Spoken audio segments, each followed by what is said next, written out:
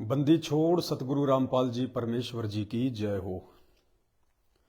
परमपिता परमात्मा सारी सृष्टि के रचनहार, कुल मालिक, असंख्य ब्रह्मांडों के स्वामी, जगत गुरु, तीनों लोकों में प्रवेश करके सबका भरण पोषण करने वाले राजाधिराज, आत्माधार, नाथों के नाथ, देवों के देव महादेव, सर्वेश्वर महेश्वर, मृत्युंजय, अजरो अमर, आदि अनादि सनातनी प्रभु, जगत पिता जगदीश्वर, श्री श्री 1008 की उपाधि के वास्तविक अधिकारी, अकाल मूरत, सौद स्वरूपी राम, वासुदेव, सर्वगतम ब्रह्म, परम पूज्य, प्रथम पूज्य, परम संत, परम पुरुष, परम धनी, परम दयालु, सत्य कबीर, हक्का कबीर, अल्लाहु कबीर, अल्लाहु अकबर, बाखबर, अल्लाह ताला, जगत के तारणहार, जगत के मुक्तिदाता, जगत के जगन्नाथ, हारे के सहारे, हिंदुओं के राम, मुसलमानों के अल्लाह, सिखों के वाहिगुरु, ईसाइयों के मसीह, दया के सागर दया निधि, करुणा के सागर करुणा निधि, स्वयंभू परिभू,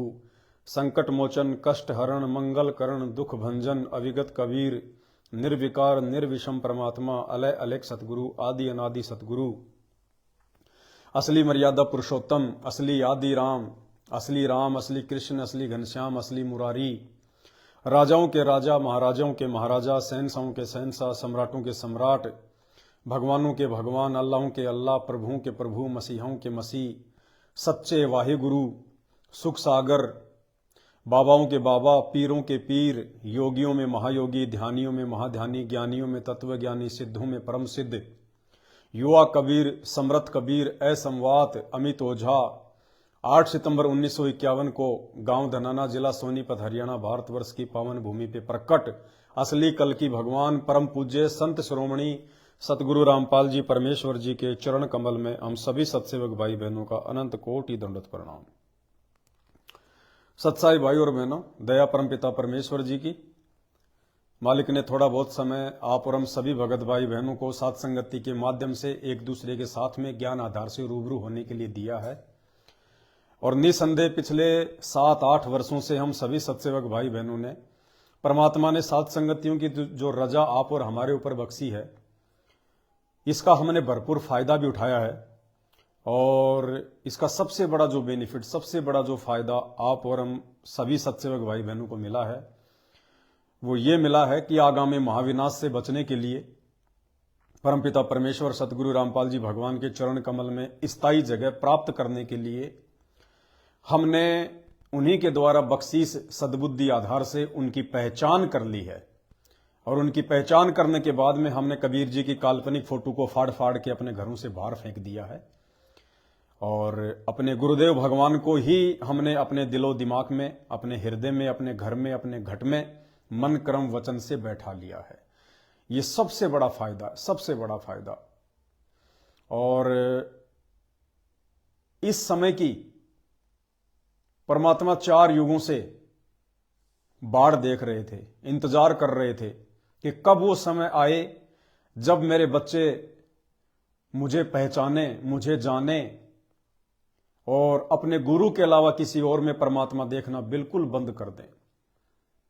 असली ज्ञान मिलने के बाद में हमें असली भगवान की भी पहचान हो जानी चाहिए।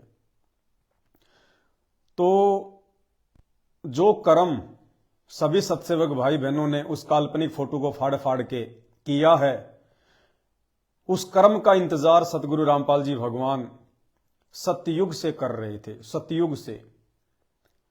क्योंकि 4 युग बीत चुके हैं। 4 युगों में कभी किसी ने गुरु रूप में आए हुए उस कबीर परमात्मा को, कबीर परमेश्वर को परमात्मा की दृष्टि से देखा ही नहीं, कभी जाना ही नहीं, माना ही नहीं।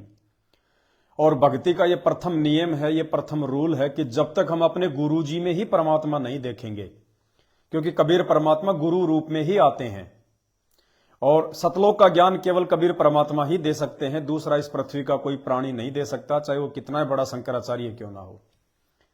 तो जब वो कबीर परमात्मा धरती पर अपना तत्व ज्ञान देने के लिए सतगुरु रूप में प्रकट होते हैं, तो उस प्रकट सतगुरु की जब तक हम पहचान नहीं करेंगे ज्ञान आधार से, अपनी आत्मा से, देखा देखी नहीं चलती इस मार्ग में कि लोग फोटो फाड़ रहे हैं तो हम भी फाड़ दें, लोगों ने गुरु जी को परमात्मा कहना शुरू कर दिया, भगवान कहना शुरू कर दिया, तो हम भी कहना शुरू कर दें। ये देखा देखी का मार्ग नहीं है। परमात्मा कहते हैं ज्ञान संपूर्ण हुआ नहीं, हृदय नहीं छिदाए, देखा देखी भक्ति का रंग नहीं ठहराए। अगर देखा देखी कोई इस मार्ग में चलेगा भी तो ज्यादा दिन वो टिक नहीं पाएगा, क्योंकि ये ज्ञान मार्ग है। और ज्ञान मार्ग में केवल वही आत्मा अंत तक लंबी रेस का घोड़ा बनकर रहेंगी जो आत्माएं ज्ञान को आधार बनाकर, सर्व शास्त्रों को देखकर, इन प्रमाणों को देखकर जब उनकी आत्मा स्वीकार कर लेगी कि धरती पर संत रामपाल जी के अलावा दूसरा कोई कबीर वबीर नहीं है, केवल मेरे गुरुदेव भगवान ही कबीर हैं, यही परमात्मा है, यही परमेश्वर है, यही हमें सतलोक लेकर जाएंगे, और यही आज सतलोक से सरगुण रूप धारण करके, संत रूप धारण करके हमें ये ज्ञान समझाने के लिए आए हैं, तब कहीं जाके बात बनेगी। भाई और बहनों, वैसे तो काफी समय बीत चुका है। परमात्मा ने 7-8 वर्षों से सात संगतियों के लिए हम सभी सत्सेवक भाई बहनों को निमित्त बना के खड़ा किया हुआ है, और अब समय आ चुका है, जो हमने बोया है उसको काटने का। अब ये परिणाम का समय है। सन 2024 लगते ही परमात्मा ने सारे रास्ते बंद करवा दिए, सारे दरवाजे बंद कर दिए परमात्मा ने, सारे। देखो, वैसे तो परमात्मा 1994 से आकर अपना अनमोल ज्ञान दे रहा है। हमारे लिए परमात्मा इतने दुख उठा रहे हैं, कष्ट उठा रहे हैं। इतना संघर्ष कोई बाप अपने बेटे के लिए भी नहीं कर सकता, कोई भाई अपनी बहन के लिए नहीं कर सकता, कोई पति अपनी पत्नी के लिए नहीं कर सकता, ना कोई माता पिता अपने बच्चों के लिए कर सकते हैं। निस्वार्थ भाव से परमार्थ के लिए पिछले 30-32 वर्षों से जो संघर्ष, जो सेवा, जो कर्म परम पूज्य सतगुरु रामपाल जी भगवान ने करके दिखाया है, कर रहे हैं, वो इस पृथ्वी पर कोई प्राणी नहीं कर सकता। क्योंकि यहां तो आदमी उतना ही करता है जितना उसका स्वार्थ होता है। बिना स्वार्थ के तो मां भी अपने बच्चे को दूध नहीं पिलाती। यहां पे परमार्थ की, आत्म कल्याण की बात तो सैकड़ों कोस दूर है। तो परमार्थ के लिए और निस्वार्थ भाव से यदि कोई संघर्ष कर सकता है, सेवा कर सकता है, तो केवल आत्मा का पति कर सकता है, परमात्मा कर सकता है। और सतगुरु रामपाल जी भगवान इस आत्मा के पति हैं, परमेश्वर हैं, कंत हैं। और पिछले 30-32 वर्षों से उन्होंने जो किया है, आने वाले समय में कोई उसकी कल्पना भी नहीं कर सकता, कल्पना भी, कि परमात्मा इतने दयालु होते हैं, परमात्मा अपने बच्चों के लिए इतने दुख भी उठा सकते हैं, इतनी परेशानियां भी झेलते हैं। क्योंकि आज से पहले तो हमने जिन भगवानों को देखा, राम को, कृष्ण को, राजाओं के घरों में जन्म लिया, ऐश करी, मौज मारी, लड़ाई झगड़े करे, मार दिए, काट दिए, उल्टे सीधे कर्म कुकर्म किए, अंत में अपना भुगत के मर गए। हमने केवल राजा महाराजाओं के घरों में भगवानों को आते हुए देखा है। लेकिन ये परमेश्वर कोई सोच भी नहीं सकता जिस कुल में आए हैं और जिस प्रकार से इन्होंने संघर्ष किया है आप और हमारे लिए। तो भाई और बहनों, अब समझने और समझाने का जो दौर है, जो एक मौका आप और हमारे को गुरुदेव भगवान ने दिया,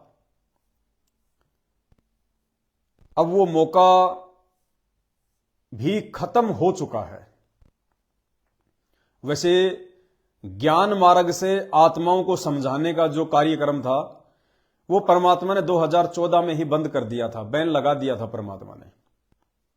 क्योंकि सन 1994 से परमात्मा समझा रहे हैं, गांव गांव जाके, नगर नगर जाके। 2014 में बरवाला कांड हुआ, बस 2014 का जो समय था, जो साल था, वो परमात्मा जी ने आत्माओं को ज्ञान से समझाने का जो मार्ग था वो परमात्मा ने उसी समय बंद कर दिया था। और चुपचाप जाके परमात्मा हिसार की जेल में बैठ गए। फिर भी दयालु परमात्मा है, मालिक को फिर हम पे रहम आया, हम पे दया आई। जैसे हम लोग बहुत बड़ी गलती करके हम सतलोक से नीचे गिर गए इस काल के साथ, 21 ब्रह्मांड में। काफी समय तक परमात्मा ने हमें नहीं संभाला, क्योंकि हमने उनको दुखी किया था, उनकी आज्ञा का हमने पालन नहीं किया था, उनके वचन को हमने तोड़ा था। हम लोगों ने अपने पिता के साथ में विश्वासघात किया था, वहां गद्दारी की थी, हमने नीचता की थी। लेकिन एक समय आया, परमात्मा को अपने बच्चों की याद आने लगी। वो दयालु परमात्मा है, रहम दिल है, वो करीम परमात्मा है। तो परमेश्वर फिर आए यहां पे आप और हमें समझाने के लिए बार बार आते रहे।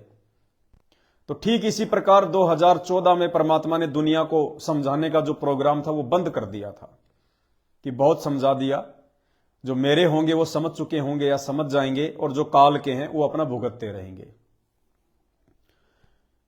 लेकिन फिर इस दयालु परमात्मा ने दया बख्शी कि एक मौका इनको और देता हूं छोटा सा, हो सकता है इसमें मेरी कुछ आत्माएं संभल जाएं, सुधर जाएं। जेल जाने के बाद भी परमात्मा ने साध संगतियां शुरू करवाई अपनी सत प्रेरणा से, अपने आशीर्वाद से। वैसे शुरू नहीं हो सकती साध संगति। संत रामपाल जी भगवान की संगत में 30-40 लाख भगत भाई बहन है, 30-40 लाख। हालांकि ये लोग तो डींग मारते हैं, ये तो राजनीतिज्ञ लोग हैं। गुरुदेव का जो कलयुगी परिवार है, ये जो कोऑर्डिनेटर हैं, जो आश्रम वाले हैं, ये तो डींग मारते हैं कि 3 करोड़ भगत हैं संत रामपाल जी के, 5 करोड़ भगत हैं संत रामपाल जी के। कुछ नहीं है। संत रामपाल जी की जो टोटल संगत है वो 30 से 40 लाख के बीच में लास्ट। क्योंकि जिस समय संत रामपाल जी जेल में गए उस समय केवल 14.5 लाख संगत थी, केवल 14.5 लाख। और ये मैं नहीं कह रहा, सच बनाम झूठ एक पुस्तक जो खुद सतलोक आश्रम मैनेजमेंट हरियाणा ने 2014 में निकाली थी, उस पुस्तक को देश भर में बटवा के इन्होंने बरवाला कांड के लिए जजों को भड़काया। उस पुस्तक में खुद इन सतलोक आश्रम वालों ने लिखा हुआ है। 2 पुस्तकें हैं, एक तो है न्यायालय की गिरती गरिमा और दूसरी है भ्रष्ट जज कुमारग पर। तो जो आप ये पुस्तक पढ़ेंगे भ्रष्ट जज कुमारग पर, इस पुस्तक में इन्होंने बीच में साफ साफ लिखा हुआ है कि आज 2014 तक संत रामपाल जी की कुल 14.5 लाख संगत है। तो भाई संत रामपाल जी ने तो 28 साल में 14.5 लाख भगत जोड़े, और उसके बाद में और मान लो आप 20 लाख मान लो, 25 लाख मान लो, इन लोगों ने जोड़ दिए होंगे अपने धार्मिक धंधे के लिए। तो 30 से 40 लाख के बीच में संत रामपाल जी की टोटल संगत है। अब ये लोग तो आश्रम वाले, मैनेजमेंट वाले, जैसे ही चुनाव आते हैं तो ये भगत तो है ही नहीं, भगत के तो खाली फीत है इनके। भगत का तो 1% भी इनके लेवल नहीं है, 1% भी। आने वाले दिनों में, आने वाले समय में आप लोगों को पता चलेगा। आने वाले महाविनाश में कोई ये सोचे कि मुझे संत रामपाल जी बचा लेंगे, संत रामपाल जी मेरा फूफा लगता है, संत रामपाल जी मेरा बाप है, संत रामपाल जी मेरा जीजा है, संत रामपाल जी मेरा साड़ा है, संत रामपाल जी का मैं बुआ का लड़का हूं, संत रामपाल जी तो मेरे पिताजी हैं। सपने लेना, सपने। सतगुरु के लक्षण 4 बखाना, उसमें एक लक्षण है समदृष्टि। संत रामपाल जी नहीं बचाएंगे।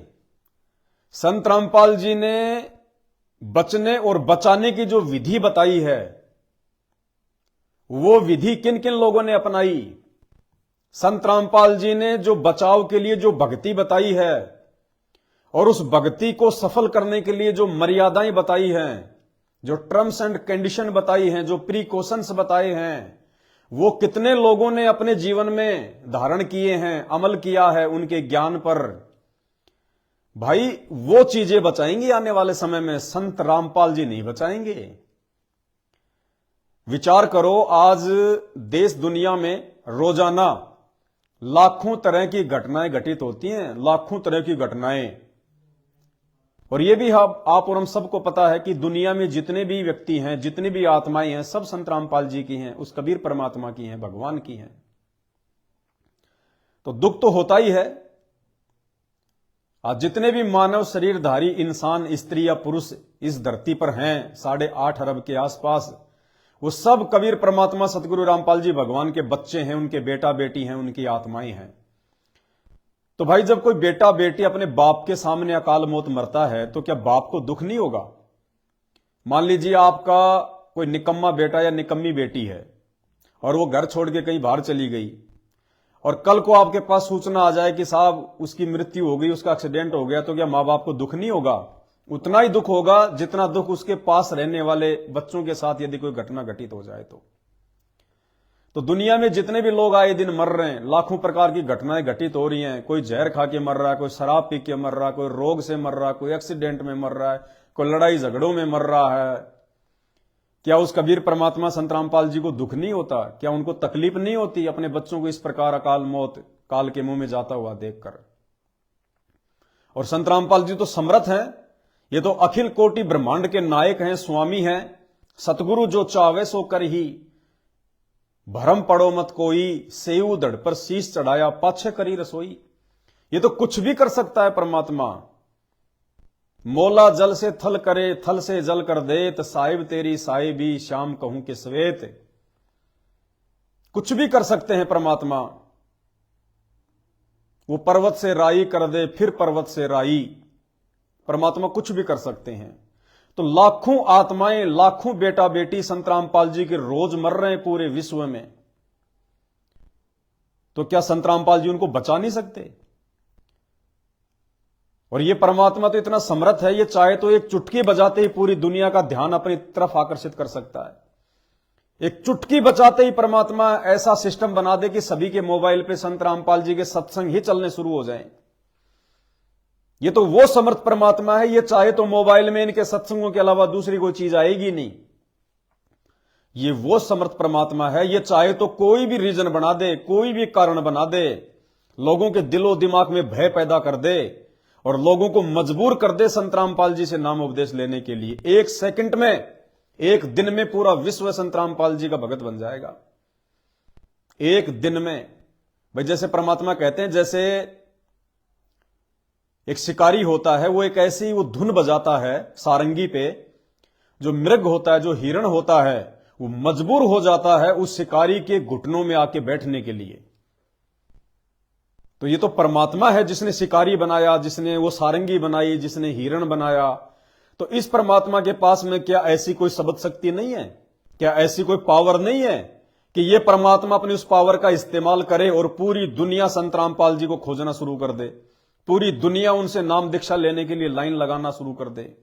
कुछ भी कर सकता है परमात्मा, लेकिन क्यों नहीं कर रहा? विचार करो, क्यों नहीं कर रहा? सब कुछ करने में समर्थ ये परमात्मा, फिर भी एक नियम से चल रहा है, एक विधि से चल रहा है, एक विधान से चल रहा है, जो विधान इन्होंने खुद अपना बनाया है। भाई टीचर होता है और टीचर के पास तो ज्ञान होता है, और जितना ज्ञान वो बांटेगा उतना ज्ञान आगे से आगे बढ़ता है। तो टीचर चाहे तो सबको ज्ञान दे सकता है, लेकिन वही बच्चे ज्ञान प्राप्त क्यों करते हैं? जो बच्चे टीचर के पास में जाते हैं, स्कूल में एडमिशन लेते हैं, स्कूल की जो मर्यादा होती है, जो डिसिप्लिन होता है, उसमें रहकर ही वो बच्चे उस टीचर से ज्ञान प्राप्त करने के बाद में नौकरी के काबिल क्यों बनते हैं? डिग्री हासिल करने के काबिल क्यों बनते हैं? अब कोई कहे कि साहब ये टीचर है तो टीचर का काम तो पढ़ाना है, ये सबको क्यों नहीं पढ़ाता? ये गरीबों के बच्चों को क्यों नहीं पढ़ाता? ये हमारे बच्चों को क्यों नहीं पढ़ाता? भाई वो टीचर है, उसका काम पढ़ाने का है, उसके पास वो दिमाग है, वो लोगों को शिक्षित बना के नौकरी के लायक बना सकता है।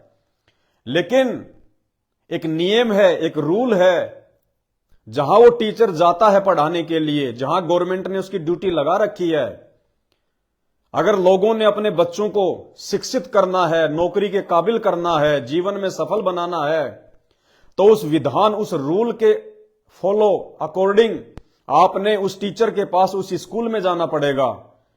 टीचर जैसा कहेगा, जो मर्यादा बताएगा, उस आधार से आपने अपने बच्चों को समझाना होगा, बच्चों को समझना होगा, पढ़ाई करनी होगी, फिर उनके एग्जाम होंगे, उसके बाद में उनका परिणाम आएगा, फिर उनको सर्टिफिकेट बांटे जाएंगे, फिर आगे चल के उनको नौकरियां मिलती हैं। तो ठीक इसी प्रकार भाई और बहनों, ये परमात्मा तो कुछ भी कर सकता है, पलक झपकते ही कुछ भी कर सकता है, इतना समर्थ है दाता। लेकिन काल के साथ में परमात्मा का जो एग्रीमेंट हुआ था तपतशिला पर, उस एग्रीमेंट के अकॉर्डिंग ये समर्थ परमात्मा भी एक नियम के अकॉर्डिंग, एक रूल के अकॉर्डिंग आप और हम तक ये ज्ञान पहुंचा रहा है, हमें समझा रहा है कि भाई मददगार मैं नहीं हूं, मददगार मैं जो विधि बताऊंगा तुम्हें, मैं जो तुम्हें नियम बताऊंगा, जो रूल बताऊंगा, उस अनुसार यदि तुम चलोगे तो ऑटोमेटिक तुम्हारी मदद होगी, ऑटोमेटिक मदद। भाई हर शहर के अंदर एक पावर हाउस है और सबको पता है कि जो गवर्नमेंट है, जो सरकार है, वो सबके लिए बिजली की व्यवस्था करती है, पानी की व्यवस्था करती है। लेकिन वो पानी, वो बिजली आएगी किसके घर पे? जो व्यक्ति सरकार के द्वारा वो गाइडलाइन फॉलो करेगा, बिजली ऑफिस में जाएगा, वहां से वो फॉर्म लेगा, फॉर्म के ऊपर पूरी टर्म्स एंड कंडीशन देख के फिर फॉर्म भरेगा, फिर उसके घर पे सरकार लाइन देगी बिजली की या पानी की, फिर वो सुविधा उठाएगा।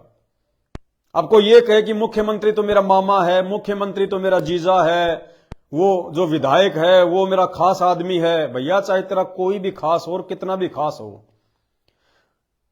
जो नियम हैं सरकार के, जब तक आप वो नियम फॉलो नहीं करोगे, आप जी के घर पे लाइट नहीं आ सकती, बिजली नहीं आ सकती, पानी नहीं आ सकता।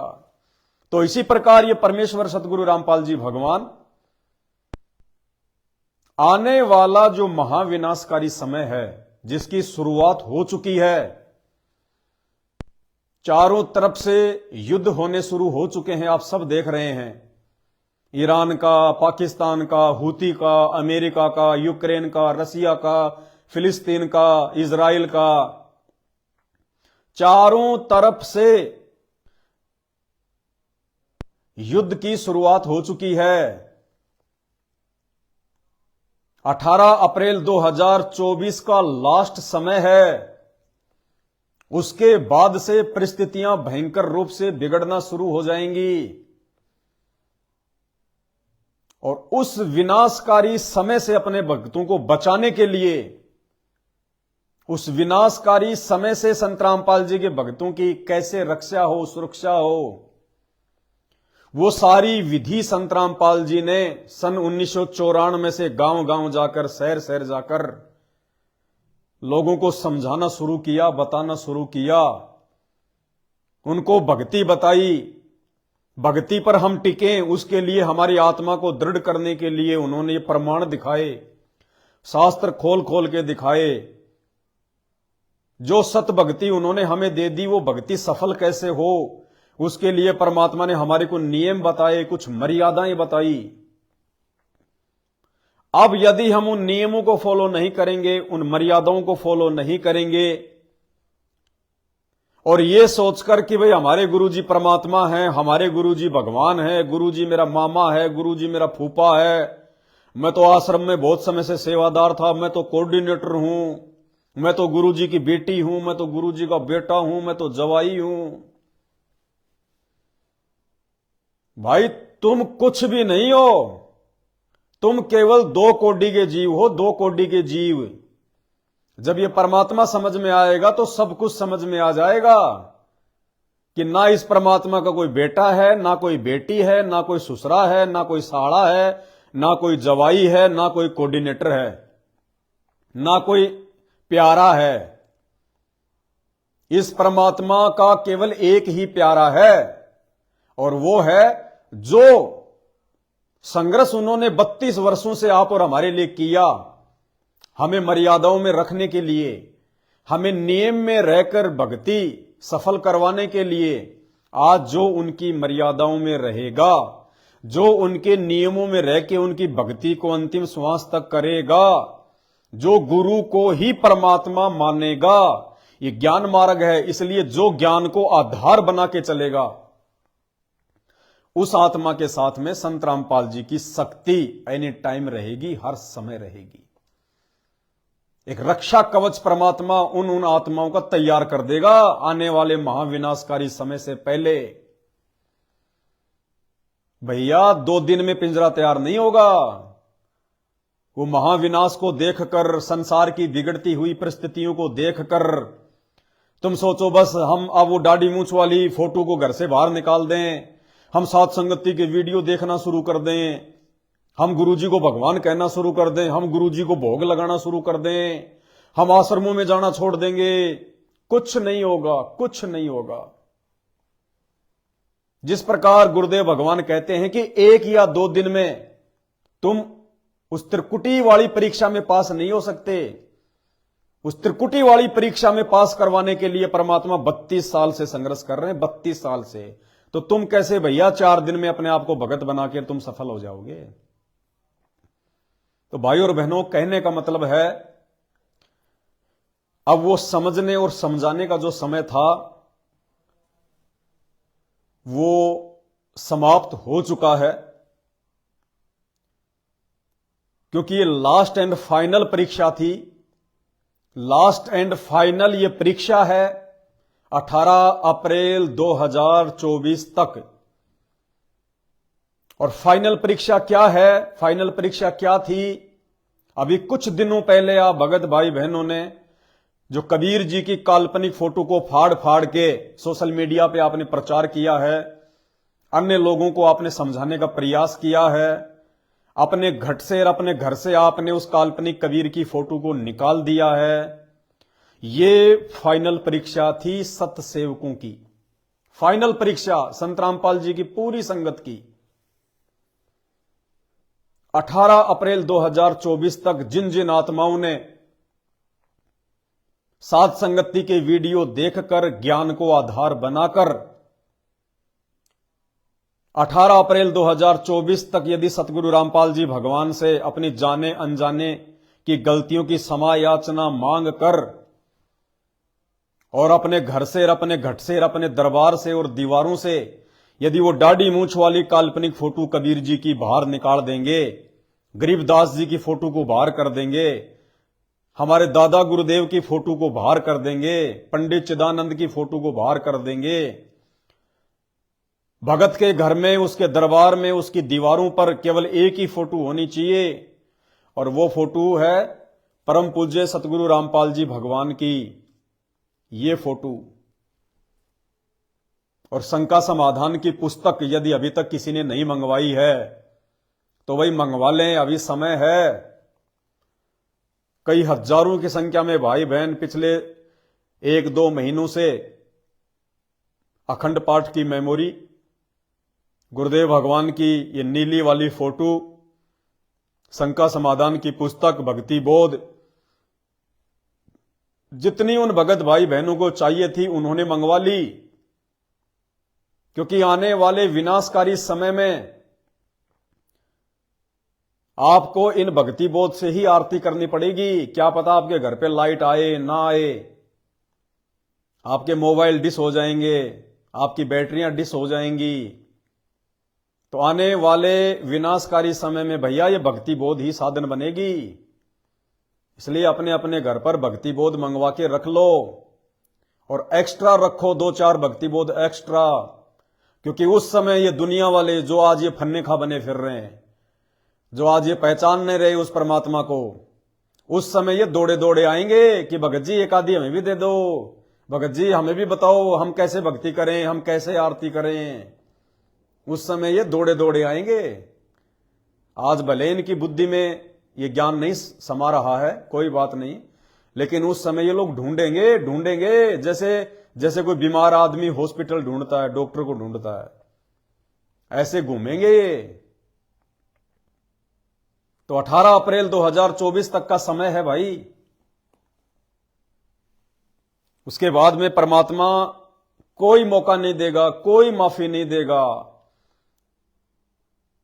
कहने का मतलब है उसके बाद में माफी मांगने का समय भी नहीं रहेगा परमात्मा से, प्रायश्चित करने का समय भी नहीं रहेगा परमात्मा से। 10 साल से गुरुदेव भगवान हिसार जेल में बैठे हैं।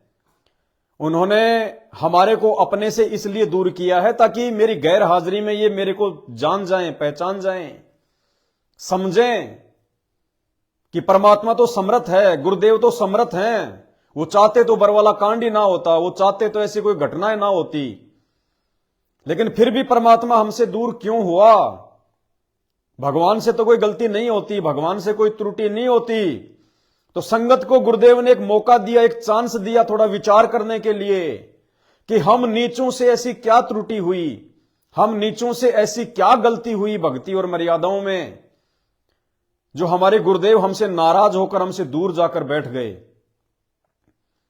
ये विचार करने के लिए, ये चिंतन करने के लिए परमात्मा ने हमें यह समय दिया है। लेकिन चिंतन तो छोड़िए, चिंतन तो बहुत दूर की बात है। आए दिन संगत उल्टे कुक्रम करने पे तुली हुई है, उल्टे कुक्रम करने पे। 90% संगत, सात सत्सेवकों को छोड़कर, सात संगत वालों को छोड़कर 90% संगत के सिर पर काल बैठा है, काल।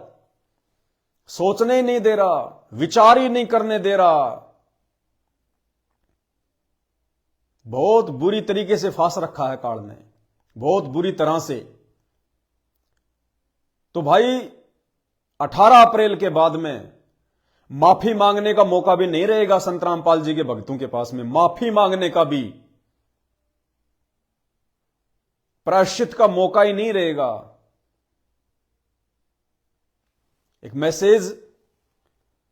कल एक मैसेज सतलोक आश्रम मैनेजमेंट हरियाणा के द्वारा, इन आश्रमों के द्वारा हरियाणा की संगत में भेजा गया है। हरियाणा के भक्तों ने मुझे भेजा है कि भगत जी, ये सतलोक आश्रम मैनेजमेंट हरियाणा अपनी हरकतों से बाज नहीं आ रहे, इनको अभी भी समझ में नहीं आ रहा कि हम किस रास्ते पर चल रहे हैं, हमारे गुरुदेव कहां बैठे हैं, क्यों बैठे हैं, हमारे गुरुदेव ने इतना ज्ञान क्यों दिया। ये लोग आज भी उनके द्वारा दिए गए ज्ञान को आधार बनाकर नहीं चल रहे हैं, जरा भी विचार नहीं कर रहे। और इन्होंने क्या मैसेज डाला हरियाणा की संगत के लिए? सत साहिब जी, सतगुरुदेव जी की जय।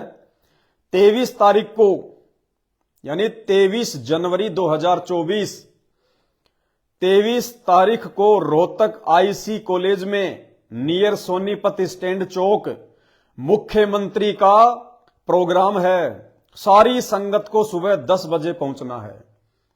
23 जनवरी 2024 को सुबह 10 बजे रोहतक के आईसी कॉलेज में हरियाणा के मुख्यमंत्री श्री मनोहर लाल खट्टर का कोई प्रोग्राम है, कोई मीटिंग है, कोई सभा है।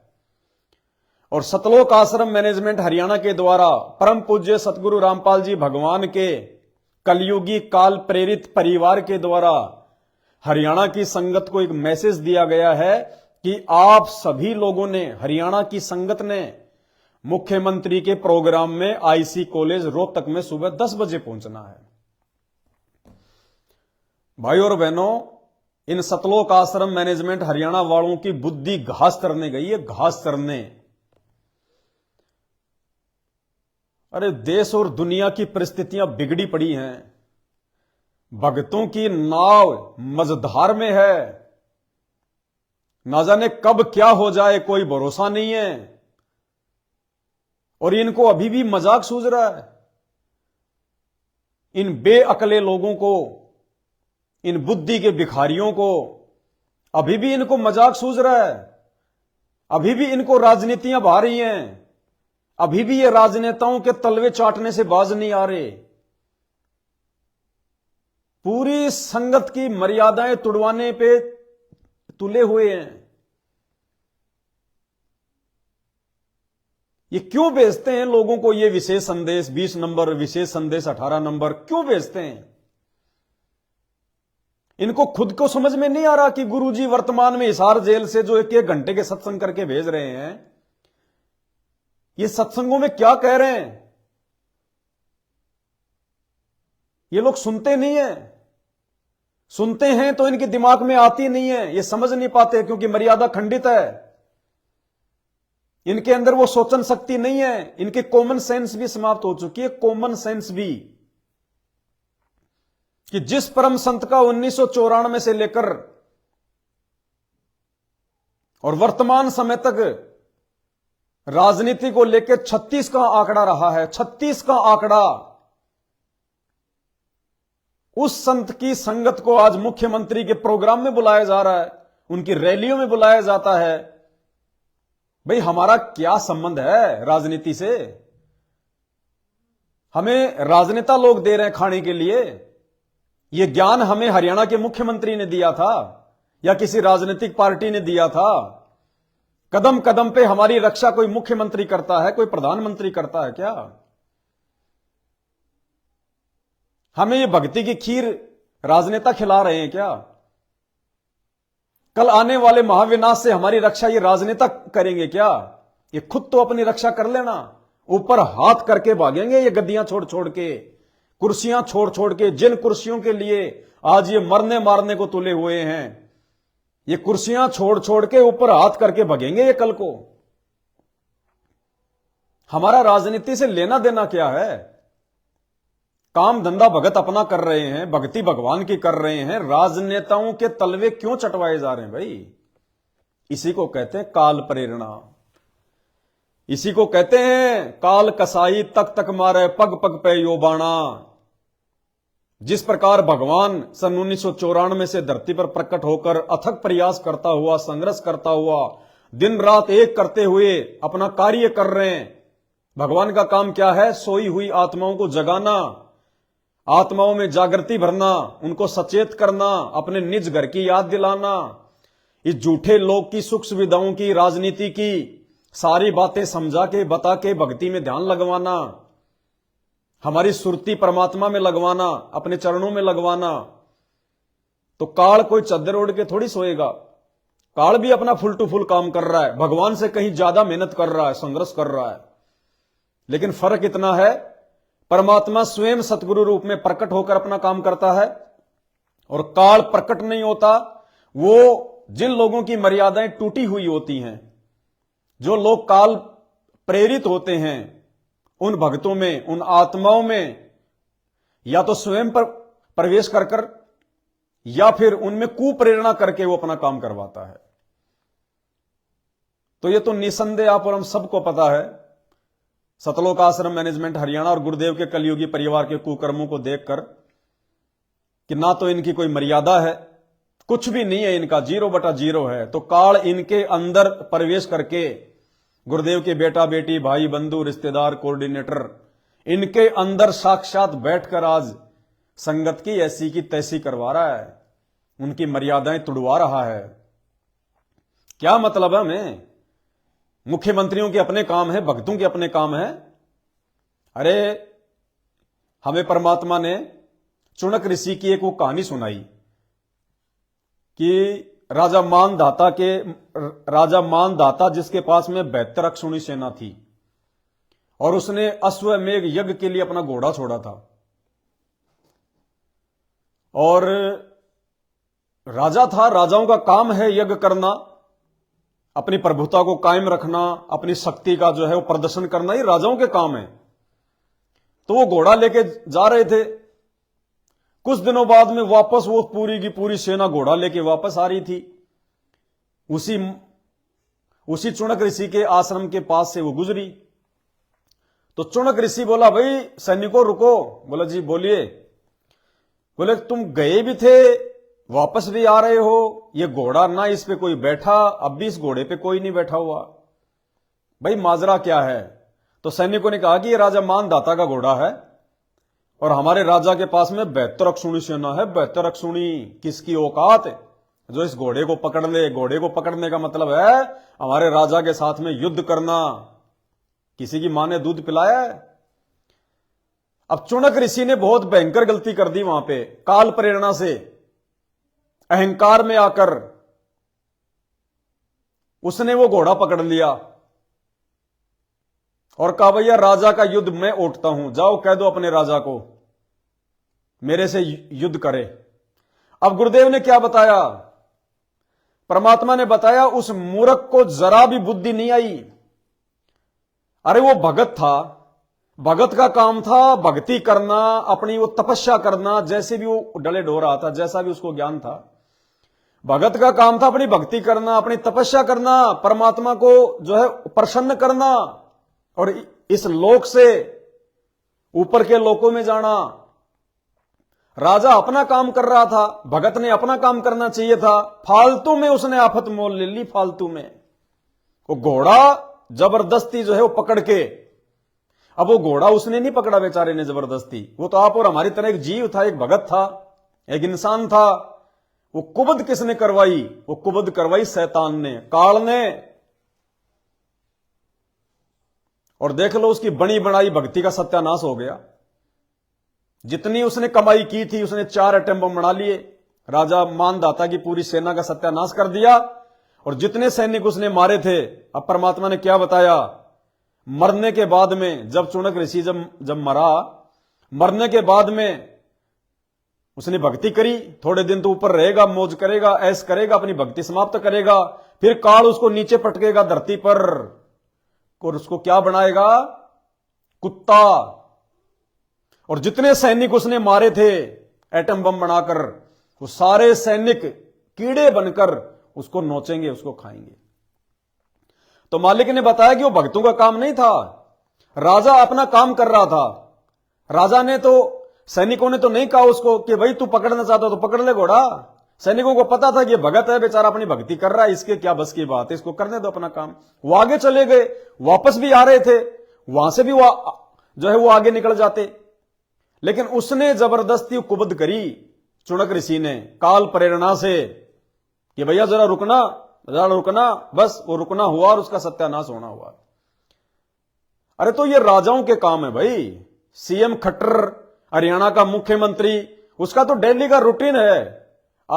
2 बजे कहीं प्रोग्राम होता है, 4 बजे कहीं प्रोग्राम होता है, सुबह 10 बजे उसका कहीं प्रोग्राम होता है। वो तो एक राजनीतिज्ञ आदमी है।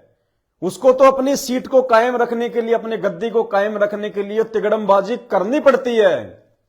वो अपना काम कर रहा है, वो अपना काम बड़ी शिद्दत के साथ कर रहा है, जिसकी उसको जानकारी है। वो भक्ति नहीं कर रहा क्योंकि अभी तक उसको भक्ति की जानकारी नहीं है। वो राजनीति में भक्ति को नहीं घुसेड़ रहा, बिल्कुल नहीं घुसेड़ रहा। वो तन मन से अपना राजनीति वाला ही काम कर रहा है। अरे नालायको, तुम तो भगत हो, तुम जबरदस्ती राजनीति को भक्ति में क्यों घुसेड़ रहे हो? तुम्हें तो ज्ञान दे दिया, परमात्मा ने सब कुछ बता दिया, समझा दिया, किस रास्ते पे चलना है, किस रास्ते पे नहीं चलना, कहां बचना है, कहां क्या करना है। तुम जबरदस्ती क्यों मुख्यमंत्री की सभाओं में अपना भी सत्यानाश करवा रहे हो और बेचारी भोली संगत को भी बुला बुला के सत्यानाश करवा रहे हो? क्यों परमात्मा का विधान तोड़वा रहे हो? क्यों परमात्मा की मर्यादाएं तोड़वा रहे हो? ये चुनक ऋषि वाले बेबुद्धि वाले काम क्यों कर रहे हो भाई? वो राजा है, वो अपना काम करे, जहां मीटिंग करे, हमें क्या लेना देना? हम भगत हैं, अपना 2 रोजी रोटी का अपना धंधा करो, बाकी अपनी भक्ति करो, हमें क्या मतलब है? जगतकार भगत का परमात्मा ने 36 का आंकड़ा बता दिया। गुरुदेव कहते हैं, मालिक ने कितनी वाणियां, कितने कितने प्रकार से हमें सतगुरुदेव ने समझाया कि दुनिया सेती दोस्ती और पड़े भजन में भंग। ये दुनिया ही तो है, और क्या है ये? दुनिया सेती दोस्ती पड़े भजन में भंग, एका एकी राम से या साधु के संग। इतनी आसान विधि बताई हमें गुरुदेव ने कि दुनिया वालों के साथ में भगत ने मेल मिलाप नहीं रखना चाहिए। दुनिया की और हमारी रीति रिवाज परंपराएं भक्ति वाली सामाजिक नहीं मिलती। माइनस और प्लस है भगत और ये दुनिया। आपस में भिड़ाओगे चिंगारी उठेगी। लेकिन कौन समझाए भाई इनको? और ऑडियो भेजते हैं 1-1 घंटे की। हिसार जेल से नई ऑडियो आ गई है घंटे की, विशेष संदेश नंबर 20, विशेष संदेश नंबर 20। आज्ञा एक भी नहीं मानते, मर्यादाओं में एक भी नहीं चलते। हाल ही जो 20 नंबर की विशेष ऑडियो आई है हिसार जेल के नाम से, और उसमें क्या समझाया परमात्मा ने हमें? भाई और बहनों, दास फिर कह रहा है, समझने समझाने का दौर समाप्त हो चुका है।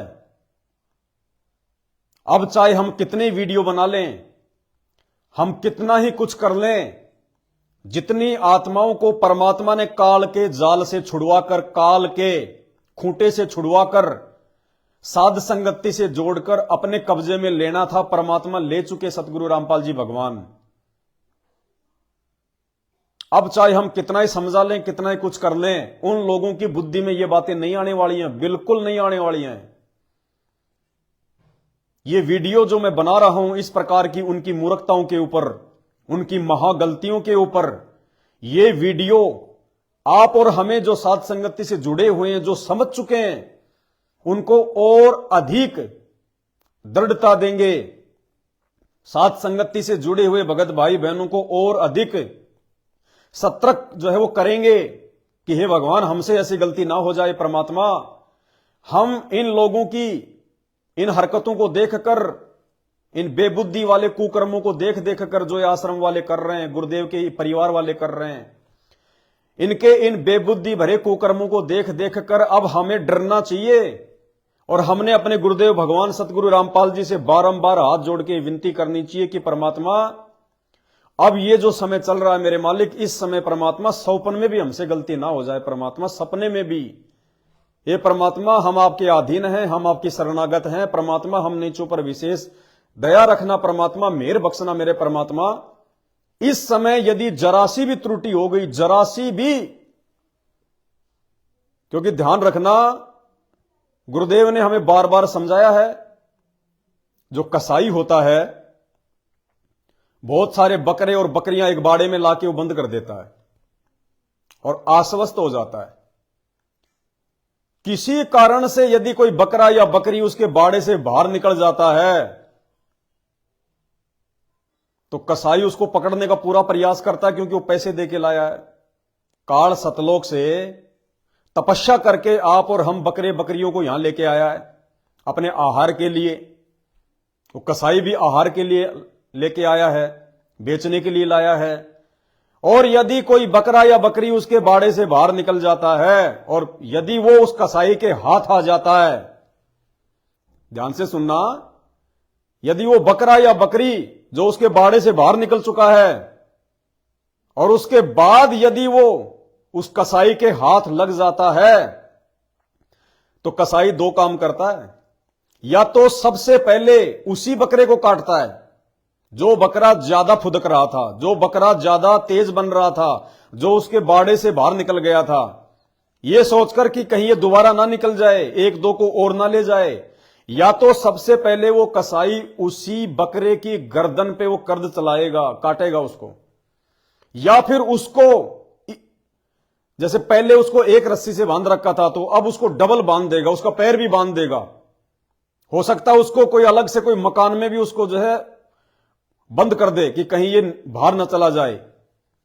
तो ध्यान रखना, अब जो समय चल रहा है वर्तमान में, जो बेहोश हैं उनको तो छोड़ दो, ये दुनिया वाले, ये सतलोक आश्रम मैनेजमेंट हरियाणा वाले, ये बेहोश हैं। इनको नहीं पता, ना अपने अच्छे का पता, ना इनको अपने बुरे का पता, क्योंकि इनको ना मर्यादाओं का पता, ना इनको भगवान का पता। इनमें और जगत वाले में रत्ती भर भी अंतर नहीं है, रत्ती भर भी। इनको छोड़ दो आप। जो विशेषकर जो साथ संगति से जुड़े हुए भाई बहन हैं, जो सत्सेवक हैं, उन भाई बहनों के लिए वर्तमान का जो समय है, और विशेषकर जो ये फाइनल परीक्षा जिन जिन भाई बहनों ने दी है, कौन सी, वो कबीर जी की काल्पनिक फोटो को फाड़ फाड़ के फेंकना, वो दाढ़ी मूंछ वाली कबीर जी की काल्पनिक फोटो को जिन जिन भगत भाई बहनों ने अपने हाथों से फाड़ फाड़ के अपने घर से बाहर कर दिया है, उन आत्माओं के ऊपर काल की विशेष नजर रहेगी, विशेष। क्योंकि हमने उसके छाती पे लात मारी है, छाती पे लात। 18 या 19 नंबर की हिसार जेल से आई हुई विशेष ऑडियो में क्या कह रहे हैं गुरुदेव कि बच्चों, अब तुम इस ज्ञान आधार से इस काल की छाती में सीधी टक्कर मारोगे, सीधी टक्कर। क्या कहा गुरुदेव ने, अब तुम इस काल की छाती में इस ज्ञान को आधार बनाकर सीधी टक्कर मारोगे, सीधी टक्कर। तो ये जो फोटो जो फाड़ी है जिन जिन भगत भाई बहनों ने, आप सभी भाई बहनों ने अपने गुरुदेव भगवान की आड़ लेकर, अपने गुरुदेव भगवान की गोद में बैठकर, आपने हाथी पर बैठकर आपने काल की छाती में पैर मारा है, टक्कर मारी है।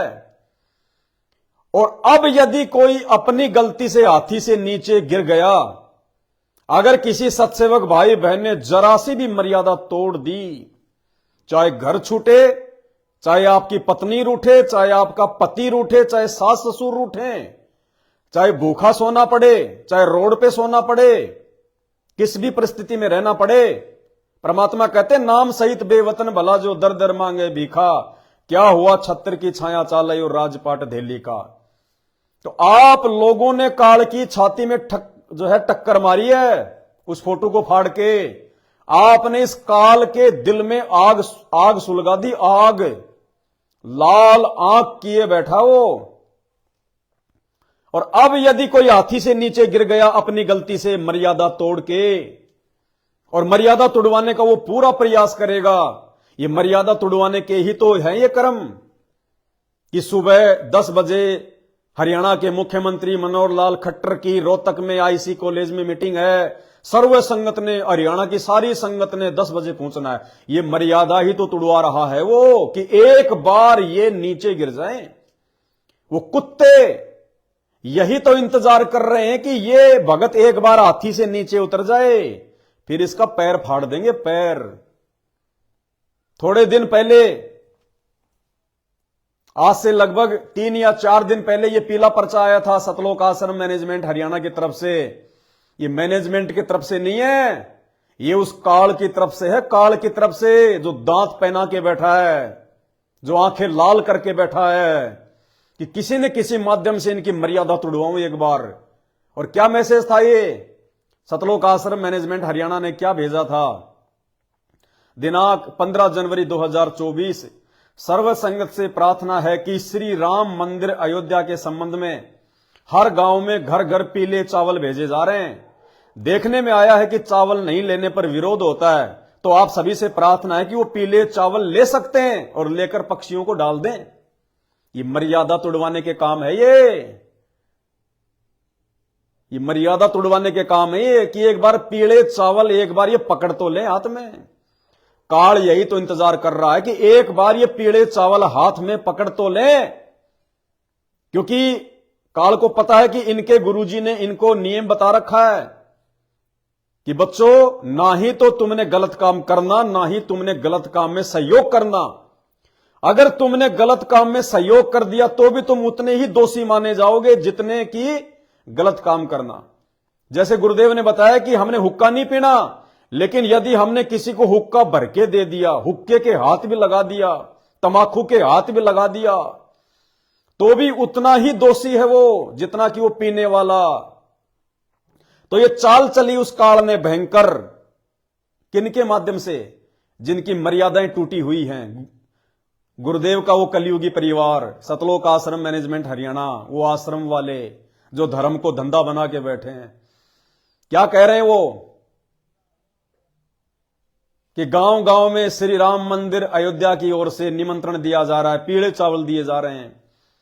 और सुनने में आया है कि जो पीले चावल नहीं लेगा वो उनका विरोध करते हैं, अर्थात लड़ाई झगड़ा करते हैं, मनमुटाव करते हैं, गाली गुली काटते हैं।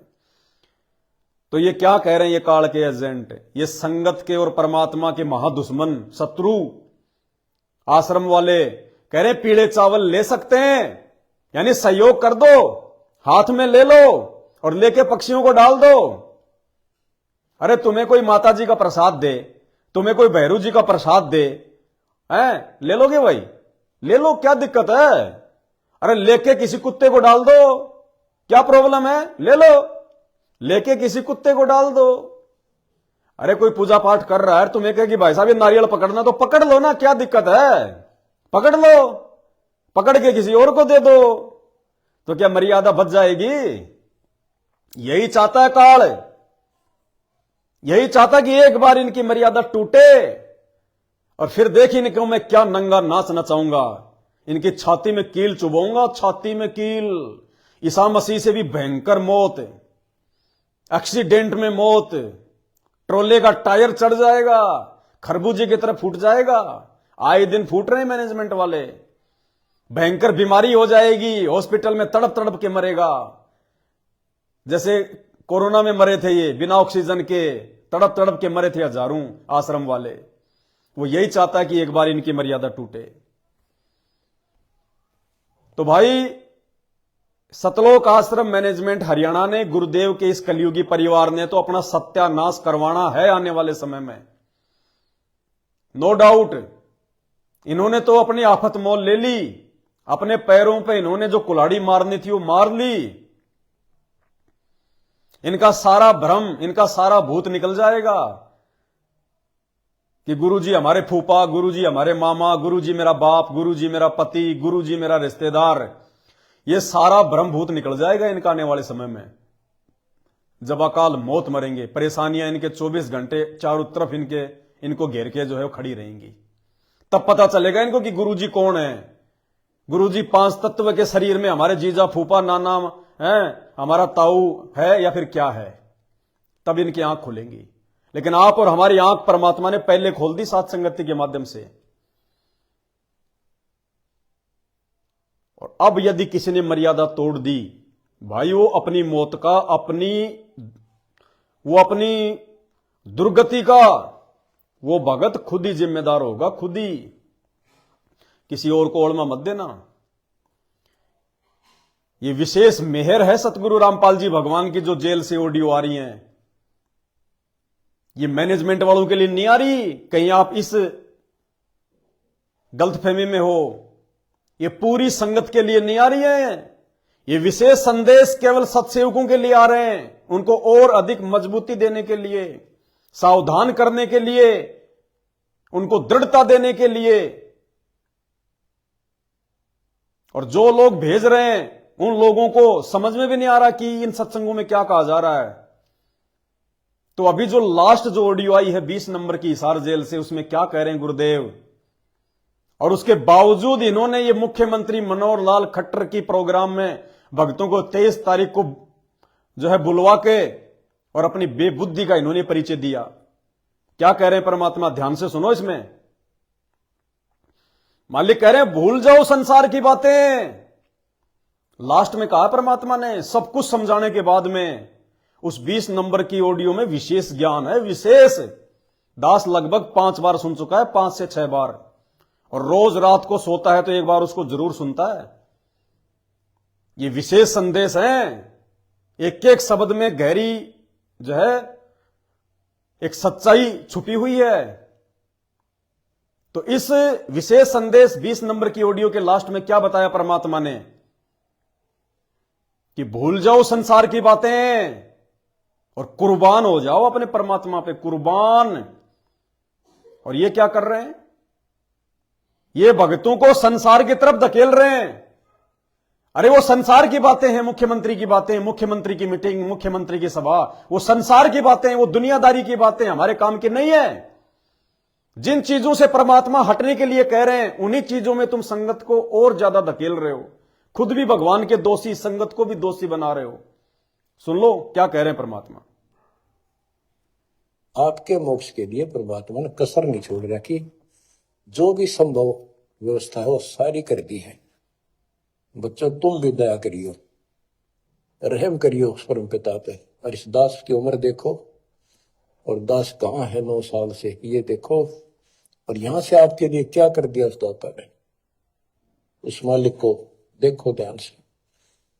आप बालक नहीं हो, आपकी आत्मा में समझ आ जानी चाहिए कि ये क्या हो रहा है। कुर्बान हो जाओ, संसार की भूल जाओ बातों को। जो ज्ञान हम देते हैं उसके ऊपर समर्पित हो जाओ। तन मन धन सब अर्पिए, भक्ति मुक्ति के काज, जिनके उनमें बंदगी के इंद्र का राज। अब भाई और कैसे समझाएंगे अब गुरुजी, कैसे समझाएंगे। यहां तक कह दिया सतगुरु रामपाल जी भगवान ने कि तुम भी रहम करियो उस परमात्मा पर और इस दास पर। यानी तुम्हारा गुरु, तुम्हारा बाप तुम्हारे से रहम की भीख मांग रहा है। वो अंतर्यामी भगवान सतगुरु रामपाल जी, वो जेल में बैठा बैठा सारे कुकर्म तुम्हारे देख रहा है, तुम्हारी सारी घटिया हरकतें देख रहा हो। और अंदर से वो दुखी हो रहा है कि इन गधों को मैंने 32 साल में कितना ज्ञान दिया। अगर किसी कुम्हार के गधे का, जो रियल में जो गधा होता है, अगर उसका भी कान पकड़ के अगर मैं 32 साल तक उसको गीता पढ़ाता तो वो भी बैकुंठ जाने के लिए तैयार हो जाता।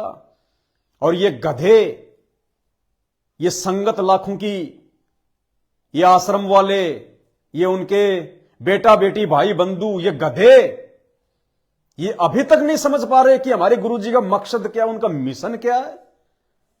वो परमात्मा यहां पे राजनेताओं के तलवे चटवाने आता है, राजनीतियां करवाने आता है, दुनियादारी सिखाने आता है, या फिर भक्ति करवाने आता है। अरे इन राजनेताओं की बातें ना मानने के कारण तो आज हमारा भगवान जेल में बैठा है।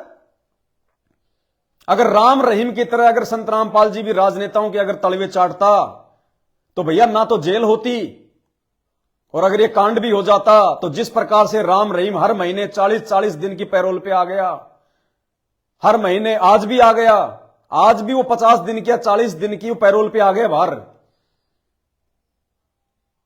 और तुम उन्हीं राजनेताओं के तलवे चटवा रहे हो।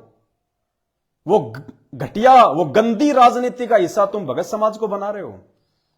इसलिए दुखी होकर संत रामपाल जी, दुखी होकर वो देख रहे हैं, वो अंतर्यामी है, उनको भूत भविष्य सब दिखाई देता है।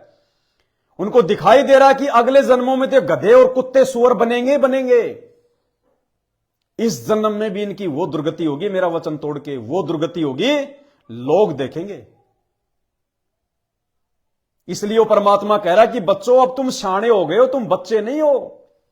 गुरुदेव कह रहे हैं अब तुम बच्चे नहीं हो। अर्थात हमारे को दुनिया से अलग ज्ञान दे दिया सतगुरु रामपाल जी भगवान ने, तत्व ज्ञान। हम किसी भी चीज का निष्कर्ष निकाल सकते हैं। कहे कबीर सोए जन मेरा जो नीर खीर का करे निबेरा। हमें परमात्मा ने वो बैलेंस दे दिया, वो तराजू दे दिया, वो टॉर्च दे दी। हम अंधेरे में भी देख सकते हैं, और उसके बावजूद हम लोग जानबूझकर अंधे की भूमिका निभा रहे हैं। जानबूझकर हम अपने पैर को खड्डे में डाल रहे हैं। तो भैया मोच आएगी, पैर टूटेगा, और पैर टूटेगा, मोच आएगी तो वो गति रुकेगी, मंजिल को प्राप्त नहीं कर पाएंगे। हमारे आने वाले समय को देखते हुए ये परमात्मा दुखी होकर कह रहा है कि बच्चों अब तुम समझदार हो गए हो, तुम बालक नहीं हो, और रहम करो अपने परमात्मा पर और मुझ दास पर। अरे तुम्हारा बाप, तुम्हारा गुरु तुम्हारे से भीख मांग रहा है, नालायकों, कौन से नरक में जाओगे तुमने इस कदर संत रामपाल जी भगवान को मजबूर कर दिया, दुखी कर दिया कि तुम्हारा बाप तुम्हारे से भीख मांग रहा रहम की, जबकि मांगनी तो हम नीचों को चाहिए। अरे उस भगवान से रहम तो पूरी दुनिया नहीं मांगनी चाहिए। दाता एक राम, भिखारी सारी दुनिया। और तुम लोगों ने अपनी नीच हरकत, नीच सोच के चलते संत रामपाल जी को भिखारी बना दिया। तुम्हारा बाप तुम्हारे से भीख मांग रहा रहम की। अजल होगा, अजल, फजल नहीं होगा अब तुम्हारे साथ में, अजल होगा। अजल यानी न्याय और फजल यानी रहम। मालिक ने कहा था बोल भाई अजल करूं या फजल करूं, तो भाई सतलोक आश्रम मैनेजमेंट वालों अब तुम्हारे साथ में फजल नहीं होगा। डेडलाइन समाप्त हो चुकी है, प्रायश्चित का समय समाप्त हो चुका है। अजल होगा, अजल। जो तुमने गुरुदेव भगवान के जेल जाने के बाद में बोया है, जिन बातन से गुरु दुख पावे उन बातों को दूर भगावे। जो तूने कुकर्म कर करके, ये राजनीतियां ये कर करके जो संत रामपाल जी के सीने पे जो तुमने लाते मारी हैं, जो तुमने चोट मारी है, भुगतने का समय आ गया, भुगतने का। ये खट्टर नहीं बचाएगा, प्रधानमंत्री नहीं बचाएंगे, तुम्हारे माता पिता नहीं बचाएंगे, ये दुनियादारी नहीं बचाएगी। अजल होगा, अजल। भांग बोया तो भांग काटोगे। तुम्हारा बाप तुम्हारे से भीख मांग रहा है, नालायकों, इससे ज्यादा बेशर्मी की बात है, चुल्लू भर पानी में नाक बींचकर डूबने की बात है ये तुम्हारे लिए। तुम जिंदा कैसे हो, हमारे समझ में ये नहीं आ रहा। अरे तुम जाओगे कौन से नरक में? अरे जिसने अपने गुरु को नाराज कर दिया, परमात्मा कहते हैं, मालिक कहते हैं, हरि के रूठे ठोर है, गुरु रूठे नहीं ठोर। नालायकों, तुमने तो अपने गुरु जी को उठा दिया। अरे जिसका गुरु अपने भक्तों से रहम की भीख मांगे, वो गुरु उन भक्तों से कभी प्रसन्न हो सकता है क्या? दोबारा सुन लो एक बार, तुम्हारा बाप तुम्हारे से भीख मांग रहा है, रहम की याचना कर रहा है, नालायकों, कौन से नरक में जाके गिरोगे और यहां धरती पर भी दुर्गति कराओगे।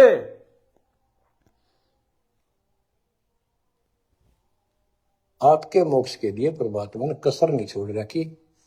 जो भी संभव व्यवस्था है वो सारी कर दी है। बच्चों तुम भी दया करियो, रहम करियो परम पिता पे। और इस दास की उम्र देखो, और दास कहाँ है 9 साल से, ये देखो। और यहां से आपके लिए क्या कर दिया उस दाता ने, उस मालिक को देखो ध्यान से। आप बालक नहीं हो, आपकी आत्मा में समझ आ जानी चाहिए कि ये क्या हो रहा है। कुर्बान हो जाओ, संसार की भूल जाओ बातों को। जो ज्ञान हम देते हैं उसके ऊपर समर्पित हो जाओ। तन मन धन सब अर्पिए, भक्ति मुक्ति के काज, जिनके उन्हें बंदगी करके इंद्र का राज। तो गुरुदेव कहते हैं भूल जाओ संसार की बातों को। भूल जाओ संसार की बातों को, जो ज्ञान हम दे रहे हैं उसके ऊपर कुर्बान हो जाओ। अब बताओ, ये तो उल्टा कर रहे हैं, बिल्कुल उल्टा। क्या मतलब है हमें राजनेताओं की सभा में जाने से? वो मुख्यमंत्री मनोहर लाल खट्टर तुम्हारे सत्संग में कितनी बार आया? अरे नालायकों, विचार करो। वो मुख्यमंत्री मनोहर लाल खट्टर तुम्हारे सत्संग में कितनी बार आया सत्संग सुनने के लिए? जो तुम उसकी सभा में जा रहे हो, उसके प्रवचन सुनने के लिए। टोटल परमात्मा के विरुद्ध, परमात्मा के ज्ञान के विरुद्ध, उनके विधान के विरुद्ध। भैया आने वाले समय में भयंकर कमर टूटेगी, भयंकर। ये परमात्मा जितना दयालु है ना, उतना निर्दयी भी है। रावण की छाती में तीर इसी ने मारा था, नाभि में। हिरणाकुश का बक्कल इसी ने तारा था। नाखून से हिरणाकुश की छाती इसी कबीर परमात्मा सतगुरु रामपाल जी भगवान ने फाड़ी थी। रावण की नाभि में तीर इसी सतगुरु रामपाल जी भगवान ने मारा था। ये जितना रहम दिल है ना, उतना निर्दयी भी है। और आने वाले समय में देखना, राम किसी को मारे नहीं, मारे तो हत्यारा राम, अपने आप ही मर जाओगे कर कर खोटे काम। ये खोटे काम तुमसे काल करवा रहा है। साध संगति के अभाव में, अपने ही साध संगति वाले भगत भाई बहनों से नफरत करने के कारण, नफरत करके क्या प्राप्त करोगे? अपनी दुर्गति करवाओगे, दुर्गति। जो तो आज तुम आंख बंद करके चल रहे हो, दूसरे की तुम सुनते तक नहीं। आने वाले समय में दुर्गति।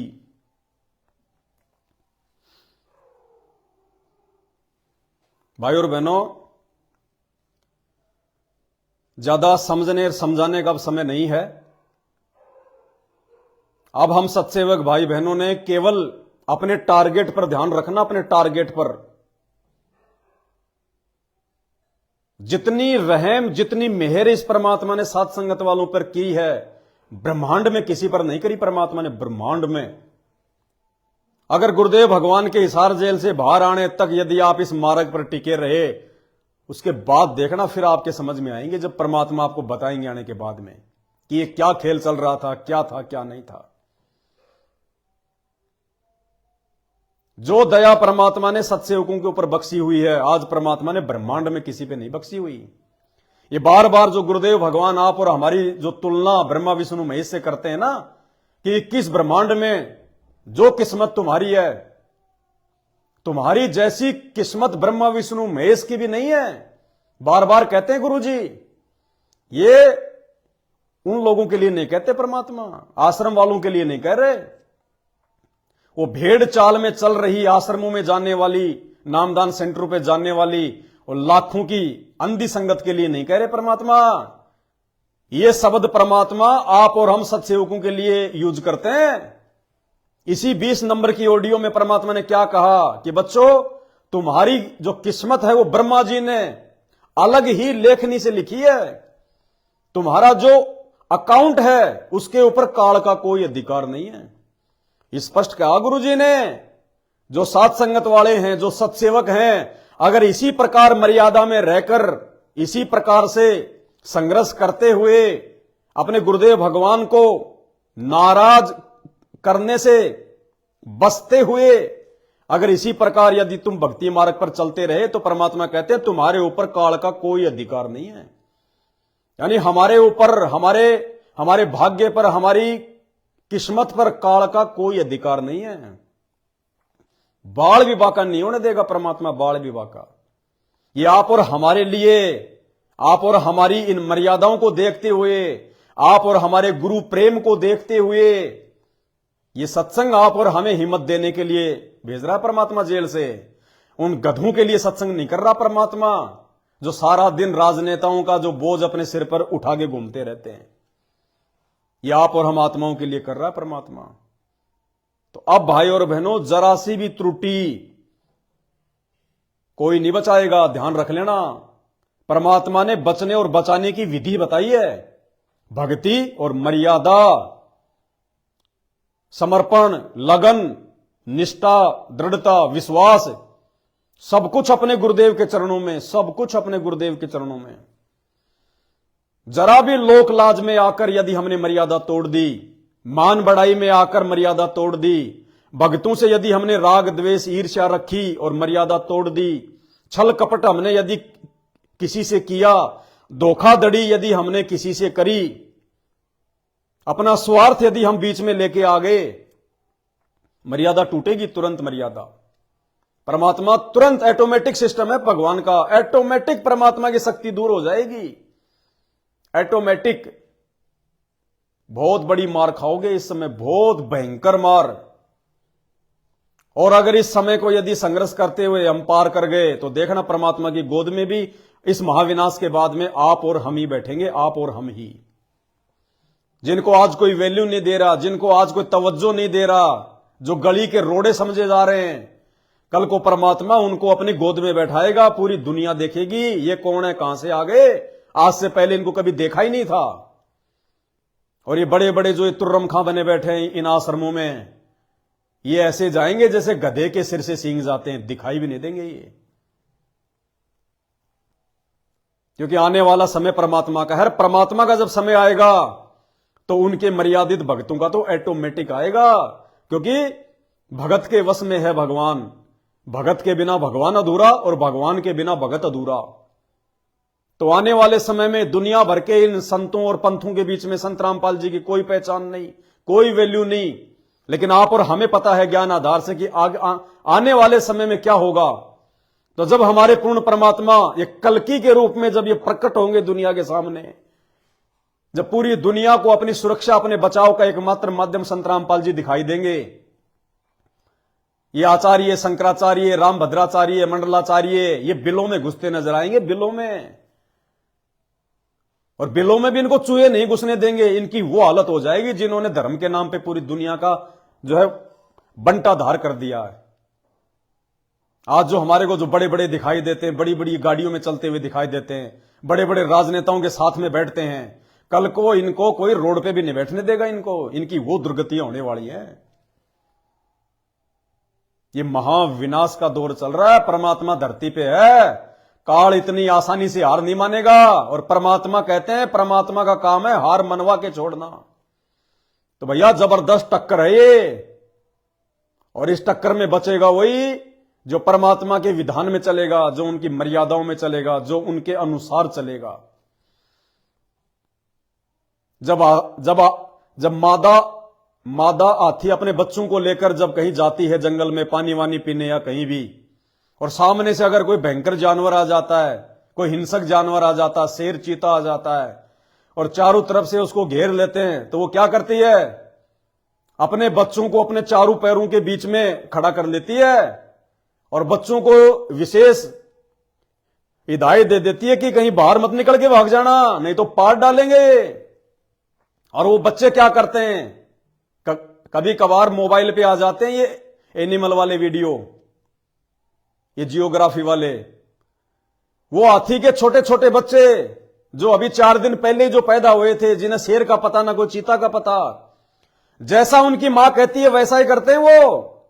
जब चारों तरफ से उस हथनी को शेर चीते घेर लेते हैं, तो वो बच्चे चाहे एक हो चाहे 2 हो, वो हाथी के बच्चे उसकी मां के पैरों से चिपके रहते हैं, इधर उधर नहीं भागते निकल के। और इस प्रकार से उनका बचाव हो जाता है, अन्यथा वो बच्चे भी मरे और वो हाथी भी मरे। तो भाई और बहनों, वर्तमान में सतगुरु रामपाल जी भगवान ने ये जो महाविनाश जो बिल्कुल सिर पर खड़ा हुआ है, पूरी दुनिया का काल, हमें बचाने के लिए परमात्मा ने हमारे को ये नियम, मर्यादा, भक्ति, ये जानकारियां, सावधानियां, ये सत्संग और विशेष मेहर, जेल से भी परमात्मा हमें बचाने के लिए सत्संग भेज रहे हैं, हमें सावधान करने के लिए, सजग करने के लिए कि बच्चों जरा सी त्रुटि इस समय सहन नहीं होगी, बर्दाश्त नहीं होगी। आज से पहले तुमने बहुत गलतियां करी, बहुत तुमने त्रुटियां करी, बहुत तुमने नामखंड कर लिए, अब नहीं चलेगा। रति भर भी गलती बहुत बड़ी भारी पड़ जाएगी। तो भैया जो भाई बहन पैरों से चिपके रहेंगे, भैया उन आने वाले महाविनाश से वो बचेंगे। अन्यथा ये राजनीतियां करने वाले, मुख्यमंत्रियों के प्रोग्राम में जाने वाले, इनकी भयंकर दुर्गतियां यही देख लेना, आगे का तो बहुत दूर की बात है। ये निंदा कर रहे हैं अपने गुरुजी की। अरे गुरुजी के वचनों के विरुद्ध चलना ये गुरुजी की निंदा करना होता है। मालिक कहते हैं, एक वाणी है परमात्मा की कि ऐसे गुरु की जो निंदा करे उसके यम तोड़ेंगे होठ। सतगुरु को सिजदा करूं, सतगुरु को सिजदा करूं जिसने कर्म छुटाए कोट, और ऐसे गुरु की जो निंदा करे उसके यम फोड़ेंगे होठ। होठ मानी सबसे कोमल जगह है, और जब इस पे चोट मरती है ना, सोई आ जाती है, स्वेलिंग। अरे तो तुम निंदा कर रहे हो अपने गुरुजी की, अपने गुरुजी को दुनिया में बदनाम कर रहे हो, अपने गुरुजी को तुम राजनीति से जोड़ रहे हो। गुरुजी ने जो बाग लगाया, एक एक भगत को चुन चुन के गुरुजी ने नाम दीक्षा दी है, उन भक्तों को आज तुम राजनीतियों में बैठा बैठा के मर्यादा तोड़वा रहे हो। गुरुजी की तुम निंदा कर रहे हो, गुरुजी के भक्तों को काल की भेंट चढ़ा रहे हो। ये गुरुजी की सबसे बड़ी निंदा। ये यम होठ फोड़ेगा तुम्हारे आने वाले समय में। आ गया वो समय, अब किसी को नहीं बख्शेगा ये परमात्मा। ये जितना दयालु है ये उतना निर्दयी भी है। अभी तक तुमने इनका केवल एक ही रूप देखा है, आने वाले समय में देखना ये अपने से नहीं मारेगा, ये कुछ नहीं कहेगा। इसने विधान बना दिया, राम किसी को मारे नहीं, मारे तो हत्यारा राम, अपने आप ही मर जाओगे कर कर खोटे काम।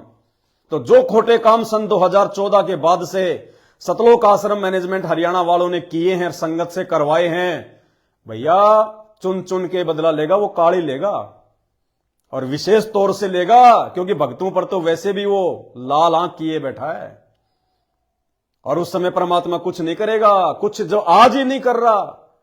तुम्हारे धनाना आश्रम अभी तो बना भी नहीं है, 4-5 भगत तो जो है ट्रैक्टर के नीचे दब के मर गए, ट्रॉली के नीचे दब के बन गए मिट्टी में। क्यों नहीं बचाया भगवान ने?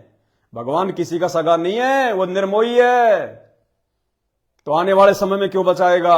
कोरोना 2020 हजारों भगत मरे हॉस्पिटलों में, सारनामी सतनामी, क्यों नहीं बचाया भगवान ने? अरे भगवान तो मुर्दे को जिंदा कर देता है, भगवान तो 100 साल की उम्र दे देता है। क्यों नहीं बचाया अपने भक्तों को भगवान ने उस कोरोना में?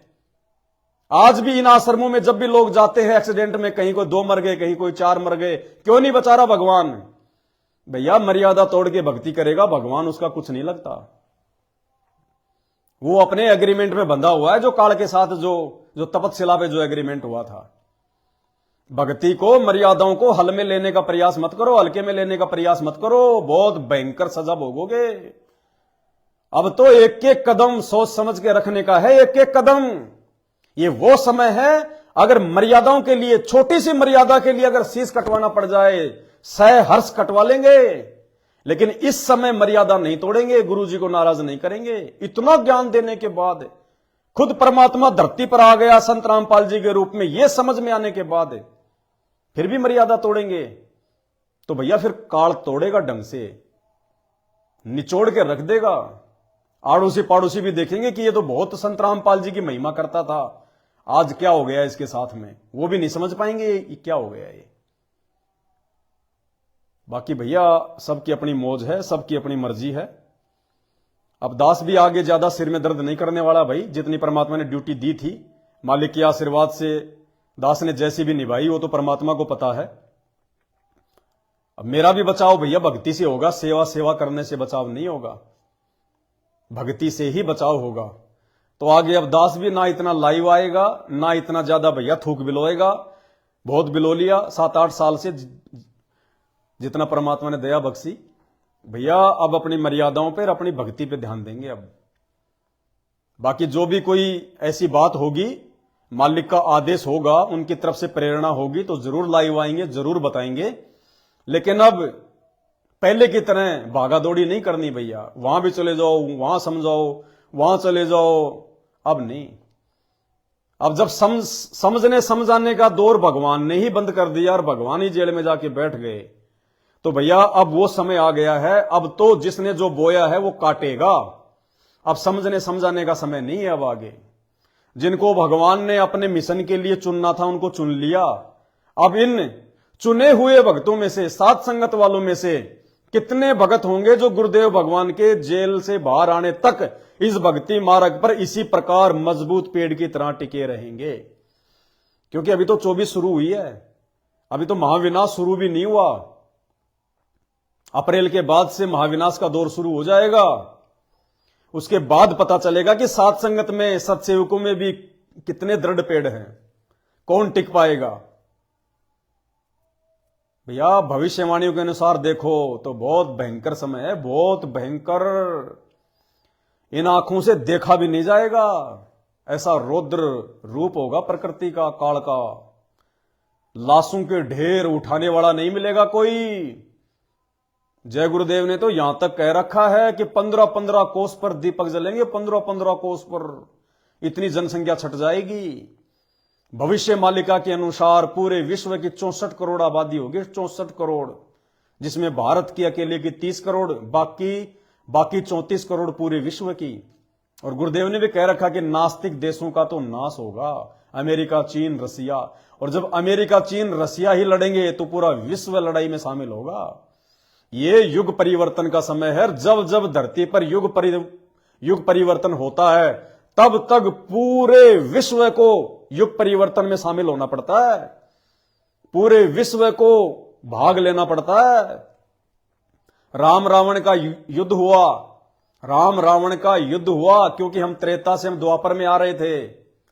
पूरे विश्व ने उस लड़ाई में भाग लिया था, पूरे विश्व ने, चाहे वो राम की तरफ थे चाहे रावण की तरफ थे, क्योंकि वो युग परिवर्तन का समय था। और कितना भयंकर जनसंहार हुआ था, अरबों खरबों लोग मरे थे, अरबों खरबों लोग। उसके बाद में हम द्वापर से इस जो है वो कलयुग में आए तो महाभारत हुआ, क्योंकि युग परिवर्तन था, युग परिवर्तन, युग चेंज हो रहा था। पूरे विश्व के राजाओं ने भाग लिया, चाहे पांडवों की तरफ चाहे वो कौरवों की तरफ। और भयंकर 18 करोड़ सेना का सत्यानाश हुआ। उसके बाद 56 करोड़ यादव मरे। युग परिवर्तन, लाशें उठाने वाला नहीं था कोई। धरती लाल हो गई थी हरियाणा की, कुरुक्षेत्र की। और भैया अब ये चौथा युग, कलयुग, इस कलयुग से हम लोग मिनी सतयुग में आ रहे हैं। युग परिवर्तन होने जा रहा है। दुनिया कहे तो हम नहीं माने, लेकिन संत रामपाल जी ने अपनी पुस्तक ज्ञान गंगा में साफ साफ लिख रखा है। नास्त्रदामस की भविष्यवाणी में पढ़ लेना, 2028 युग परिवर्तन का समय, 2028 संत रामपाल जी ने लिख रखा है। और ये परमात्मा जो लिख दे उसमें एक सेकंड ऊपर नीचे नहीं हो सकता। तो भैया युग परिवर्तन, और आप देख रहे हो पूरा विश्व धीरे धीरे लड़ाइयों में शामिल हो रहा है। पूरा विश्व, भयंकर जनसंहार होगा, भयंकर। और उस समय तो खाली जनसंहार ही हुआ करते थे। आज तो इस इंसान ने प्रकृति का इतना बिगाड़ा कर दिया, अब तो सूखा, अकाल, बाढ़, भूकंप, अतिवृष्टि, अनावृष्टि, महामारियां, वायरस, पता नहीं क्या क्या आपदाएं आएंगी। अकेला युद्ध नहीं, हर प्रकार से प्रकृति घेरेगी, हर प्रकार से। क्योंकि काल इतनी आसानी से अपनी जगह नहीं छोड़ेगा। और ये होगा, अगर नहीं होगा तो लोगों को यकीन कैसे होगा कि हमारे गुरुजी जो कहा करते थे, भविष्यवाणियां जो सुनाया करते थे, फ्लोरेंस की, नास्त्रदामस की, कि ऐसा ऐसा होगा, ऐसे भूकंप आएंगे, ऐसे ऐसे युद्ध होंगे, तो फिर हम भक्तों को यकीन कैसे होगा उन बातों पर। इसलिए भैया होके रहेगा। भगवान ने पूरी दुनिया को मौका दिया, 32 साल कम नहीं होते दुनिया को समझाने के लिए। ये परमात्मा समर्थ है धरती पर। पूरा विश्व अगर मान जाए, उनके शरण में आ जाए, परमात्मा आंच भी नहीं आने देगा। आंच भी क्या होती है। लेकिन भैया नहीं मान रहे तो भगवान भी 2014 में नाराज होकर जेल में जाके बैठ गया कि मरो, लुटो पिटो। अब क्या होगा, हो गई ना शुरुआत। और सत्सेवकों पे कितनी बड़ी मेहर बख्शी परमात्मा ने। कुछ लोग तो ये सोच रहे होंगे, भाई ये जो पवन भगत है ये अपनी मनमानियां करता है, मन में आता है वो बोल देता है, मन में आता है वैसा ही करता है, लोग इसकी बात मान लेते हैं। ये अखंड पाठ की जो मेमोरी कार्ड आपके घरों पे जो मालिक ने भिजवाया है, बहुत सारे लोगों के मन में तो ये भी आया होगा ये तो मनमाना आचरण है। इसी 20 नंबर की ऑडियो में, इसार जेल वाली में परमात्मा ने पूरा क्लियर कर दिया। ये गुरुदेव भगवान की रजा से, उनके आशीर्वाद से आप लोगों के घरों पे अखंड पाठ भेजे गए हैं।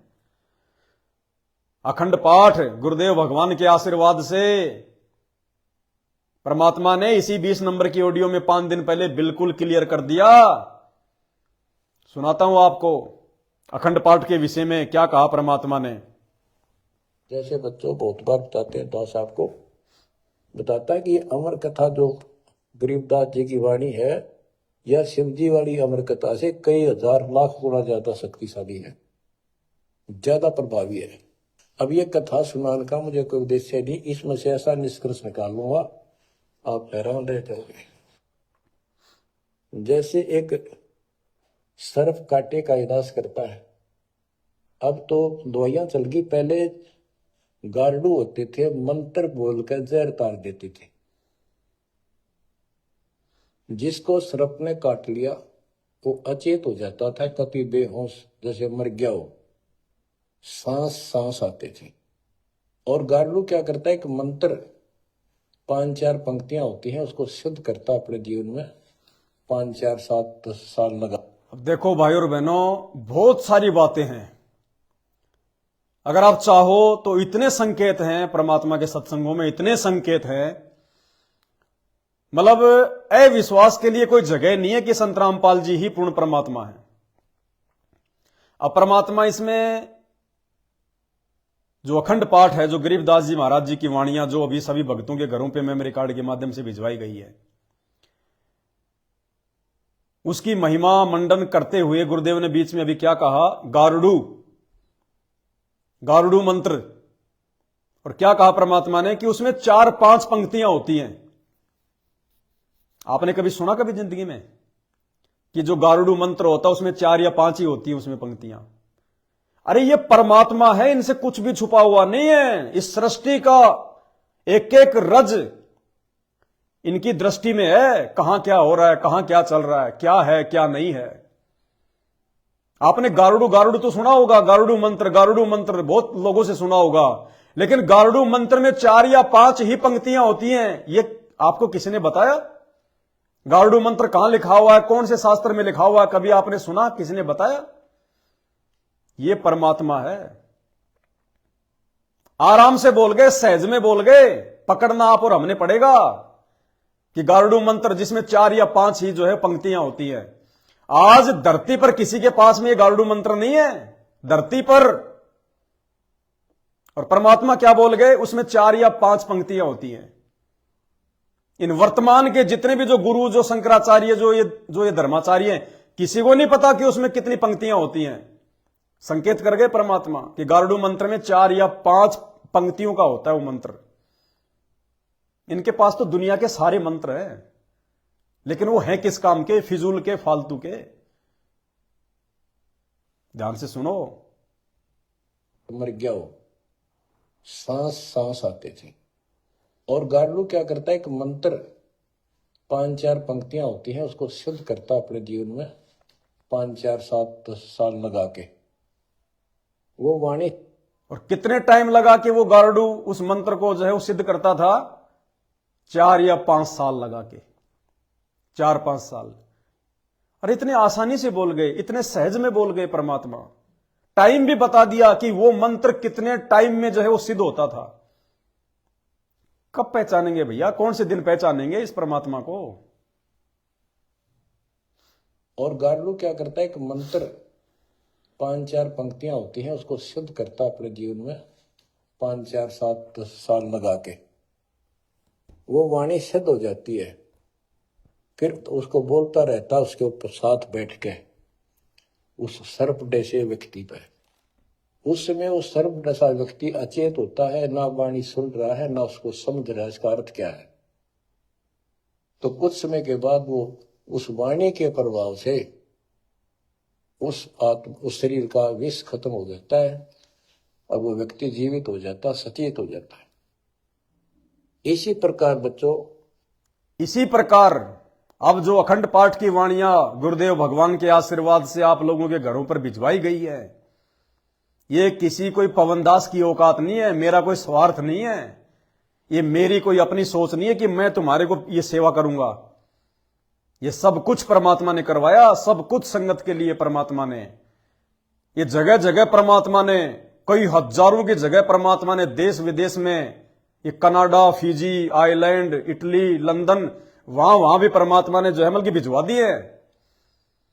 अब ये पूरे देश में जो भविष्यवाणी हो चुकी है ना कि भारत में सबसे ज्यादा लोग बचेंगे 30 करोड़, 150 करोड़ में केवल 30 करोड़ लोग बचेंगे भारत के, और 34 करोड़ बाकी दुनिया की आबादी। तो भारत में सबसे ज्यादा क्यों बचेंगे? क्योंकि एक तो भारत में आए परमात्मा, परमात्मा ने सबसे ज्यादा जो भगत है उनके सबसे ज्यादा जो भक्ति हो रही है दुनिया में वो भारत में हो रही है। दूसरा, अब परमात्मा ने भारत देश में जगह जगह, हर स्टेट में, हर जिले में अखंड पाठ की मेमोरियां जो है वो भिजवा दी हैं। घर घर में पाठ प्रकाश जो है वो शुरू हो चुके हैं। परमात्मा की अखंड वाणियां, अमर वाणियां शुरू हो चुकी हैं। और मालिक ने बताया कि शंकर जी ने जो मंत्र, जो अमर वाणी जो उसको पार्वती को सुनाई, उससे भी हजारों लाखों गुना ज्यादा असर इस अखंड पाठ का होगा जो गुरुदेव भगवान के मुख कमल से जो अब ये घर घर में जो हो चुकी हैं शुरू। काल फटकेगा भी नहीं, वहां पे फटकेगा भी नहीं, अगर वो भगत मर्यादा में रहेगा तो क्या कह रहे परमात्मा? अब आगे ध्यान से सुनना, सचेत हो जाता है।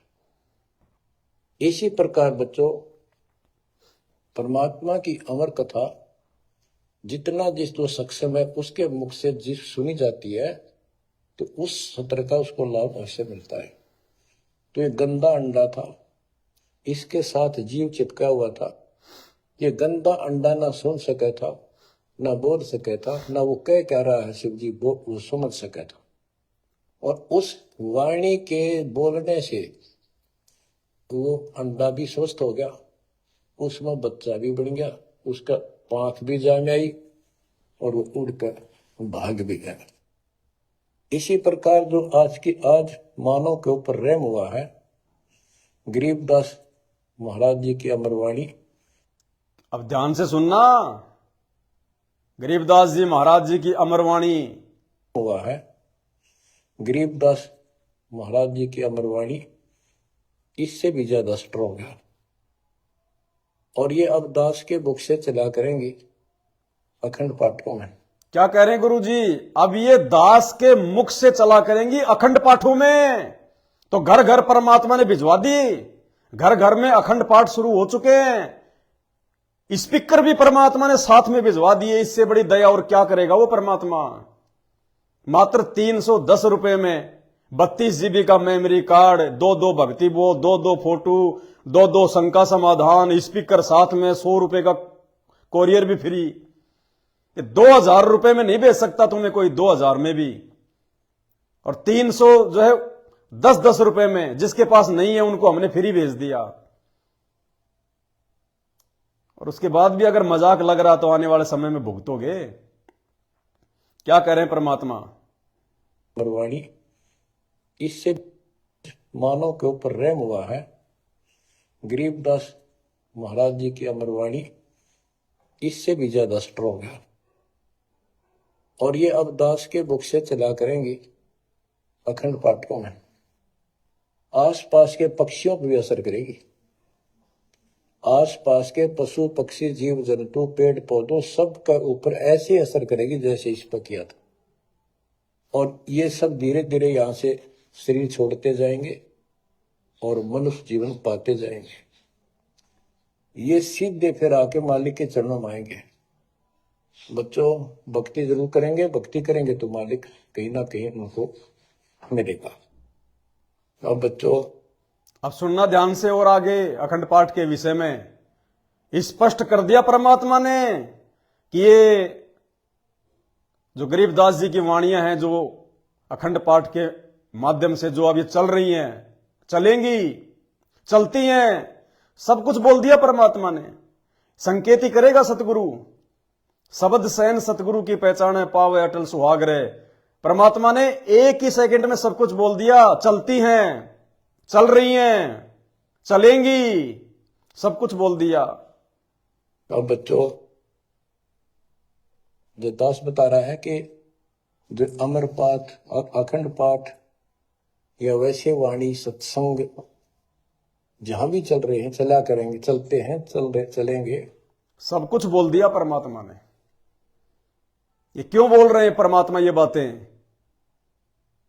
कि भाई चल रही हैं, चलेंगे, चलते हैं, चल रही है? क्योंकि परमात्मा ने घर घर में भिजवा दी, घर घर में। और आप और हमारी दृढ़ता के लिए, आप और हमें ये विश्वास दिलाने के लिए कि ये कोई मनमाना आचरण नहीं है, ये सतगुरु रामपाल जी भगवान के विशेष आशीर्वाद से इस काल की छाती में चोट मारने के लिए, कम से कम नुकसान हो भारत देश का, संत रामपाल जी के भक्तों का, उन्होंने घर घर में अखंड पाठ शुरू करवा दिए। जहां जहां वाणी चलेगी परमात्मा की, वहां वहां न्यारा ही असर होगा, न्यारा ही। जो अमर पाठ और अखंड पाठ या वैसे वाणी सत्संग जहां भी चल रहे हैं, चला करेंगे, चलते हैं, चलेंगे, वहां आस पास के पक्षियों को भी इसका राहत मिलेगी। अब बच्चों ज्ञान पूरा आ चुका है और वो ठीक का समय आ गया है। क्या कह रहे हैं? ज्ञान पूरा आ चुका है और अब ठीक का समय भी आ गया है। कान खोल के सुन लो, ठीक का समय भी आ गया। 2024 भी लग गई, देश दुनिया में युद्ध की शुरुआत भी हो गई और अब अप्रैल के बाद में तांडव भी मचेगा। इसका राहत मिलेगी। अब बच्चों ज्ञान पूरा आ चुका है और वो ठीक का समय आ गया है। गुरु पूरा, ज्ञान पूरा, भगवान पूरा। तो अब जो ये वाणी चले हैं और दास के मुख से चला करेगी, ये सत्युद मस्तायर देंगी। क्या कर देंगी ये वाणियां? जो घर घर में, जो सत्सेवकों के घरों में जो अखंड पाठ शुरू हो चुके हैं, क्या कह रहे हैं परमात्मा?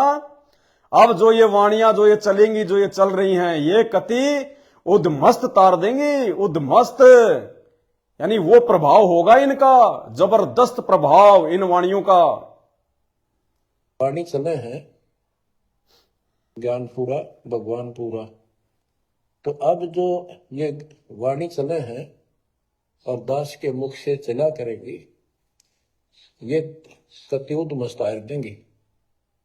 काल के पता नहीं कितने जुगाड़ को तोड़ेंगी, कितने जीव, काल के ना जाने कितने जुगाड़ को तोड़ेंगी।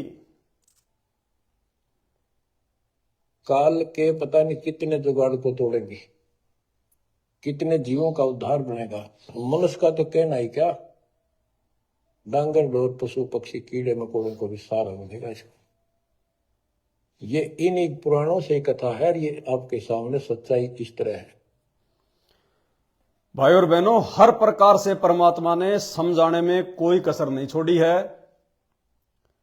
और आने वाले दिनों में जो तांडव मचेगा प्रकृति का, ना हिंदुओं को उनका अल्लाह बचाएगा जिसको वो अल्लाह मान रहे हैं, मुसलमानों को, ना हिंदुओं को उनका जय श्री राम बचाएगा जिसके पीछे आज वो भाग रहे हैं, ना जैनियों को बचाने महावीर आएगा, ना सिखों को बचाने नानक जी आएंगे। बचाने वाला धरती पर आ चुका है 8 सितंबर 1951 से और आकर अपना ज्ञान दे रहा है। भैया ज्ञान से ही ज्ञान होगा, बाकी चाहे कितने अपने आप में शाणे बन लो, वो बात अलग है। 2 पैसे जेब में हैं, बहुत अच्छी बात है। ये पैसा हमेशा साथ नहीं देगा। ये यारी, दोस्ती, रिश्तेदारी, ये पद, ये प्रतिष्ठा सब फेल हो जाएंगी। कोई नहीं आएगा। जिसने आना था वो आ चुका है और आके वो बता रहा है। अब भगवान आएगा तो सींग लगा के नहीं आएगा, कोई पूंछ लगा के नहीं आएगा। आज से पहले भी कोई भी पीर, पैगंबर, कोई रसूल, कोई भगवान, कोई अवतार कोई आया है तो इंसानों को समझाने के लिए इंसानी बन के आया है, जानवर बन के नहीं आया। तो आज भी भगवान कोई सिर पे सींग लगा के नहीं आएगा, इंसानों को समझाने के लिए इंसानी बनकर आएगा और आ चुका है। अगर समय रहते संत रामपाल जी के सत्संग नहीं सुने, अपनी आंखें नहीं खोली, भाई चाहे हिंदू, मुस्लिम, सिख, ईसाई, दुर्गति होगी, दुर्गति। ये काल किसी को नहीं बख्शता। ये जातियां, ये मजहब, ये धर्म, ये हमने बना रखे हैं। उसके संविधान में कोई नहीं है, ना कोई हिंदू, ना मुस्लिम, ना सिख, ना ईसाई। सबको नंगा भेजा था, नंगा ही उठाता हो। ये ड्रामेबाजियां, ये पाखंड, ये आडंबर, ये रीति रिवाज, ये जातियां, ये धर्म, ये हमने बना रखे हैं अपनी अज्ञानता और मूर्खता के चलते। उसने किसी को ठप्पा मार के नहीं भेजा हुआ। सब माँ के पेट से बाहर जेल में लिपट के आते हैं, बाहर ना धो के कोई बढ़िया बन गया, कोई ब्राह्मण बन गया, कोई मुसलमान बन गया, कोई यादव बन गया, कोई हिंदू बन गया, कोई चमार बन गया, कोई जैनी बन गया। वो किसी को हिंदू मुसलमान बना के नहीं बेचता। आने वाले समय में सबके समझ में आ जाएगी ये बात है। समझदार वो होंगे जो समय रहते समझ जाएंगे, बाकी अपनी कमर तुड़वा के मानेंगे। तो भाई और बहनों, अब ज्यादा समझाने की आवश्यकता नहीं है आपको, बार बार वो वीडियो दिखाने की भी आवश्यकता नहीं है जो वीडियो आपको पिछले 8-9 साल से दास दिखाता आ रहा है। तो कहने का बस इतना ही है, लास्ट एंड फाइनली दास केवल यही विनती करेगा, यही प्रार्थना करेगा, भैया मैं भी ज्यादा सिर में दर्द करने वाला नहीं हूं, अपने को भी अपनी भक्ति करनी है जैसे भी परमात्मा ने दी है। दास के ऊपर तो काल वैसे ही एकदम तीर कमान लेके 24 घंटे रहता है। तो भैया मुझे भी अपने बचाव के लिए अपनी भक्ति करनी है, परमात्मा प्रसन्न करना है। और भैया अब समय बीत चुका है, अब कोई माफी नहीं है, कोई प्रायश्चित नहीं है। अब जितनों को परमात्मा ने छांटना था छांट लिया। वो कचरा है जो उन आश्रमों में जाता है, नामदान सेंटरों पे जाता है, वो कचरा है। वो उनकी तो दुर्गतियां होंगी होंगी, कोई नहीं बचाएगा। अब ये सत्सेवकुन देखना कि भाई आपने भी अपनी दुर्गति करवानी है या परमात्मा को प्रसन्न करना है। बाकी बाद में चाहे कितना रो लेना, कितना ही कुछ कर लेना, गुरुजी के जेल आने के बाद कोई भगत बन ही नहीं सकता। गुरुजी के जेल आने के बाद धरती पर कोई भगत बन ही नहीं सकता। ये ऐसी भयंकर सिचुएशन परमात्मा ने जो वर्तमान में जो बनाई है ना अपनी पहचान की, उनके जेल में रहते सहते जो भगत बन गया सो बन गया। उनके जेल से बाहर आने के बाद आप चाहे कितने बड़े भगत बन जाना, आप सतलोक नहीं जा पाओगे। ये गारंटेड बात है। ये परिस्थितियां, ये सिचुएशन जो परमात्मा ने आज जो संगत में जो पैदा कर रखी हैं, संगत के 2 पार्ट, एक ज्ञानी एक अज्ञानी। गुरुजी जेल में हर प्रकार से परमात्मा जो है हमारी जो है परीक्षाएं ले रहा है। इधर परमात्मा ने 7 संगतियां शुरू करवा रखी 8-9 साल से। इतने उन्होंने जो है वो प्रमाण जो है वो दे दिए, 7 संगतियों में दिखाए जा रहे हैं, गुरु को भगवान बताया जा रहा है, सहसबूत जो है परमाणु के साथ में।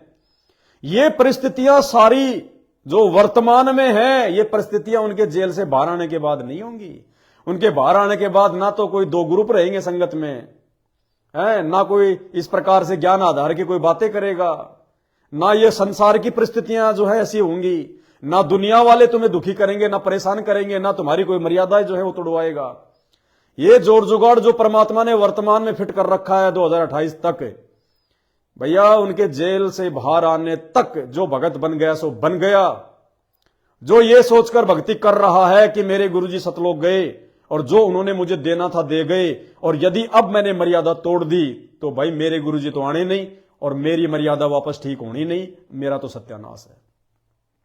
इतना भयभीत होके, इतना डरकर जो भक्ति आज करेगा वर्तमान में अपने गुरुदेव भगवान से ज्ञान को आधार बनाकर, भैया वो भक्ति पे सफल होगा।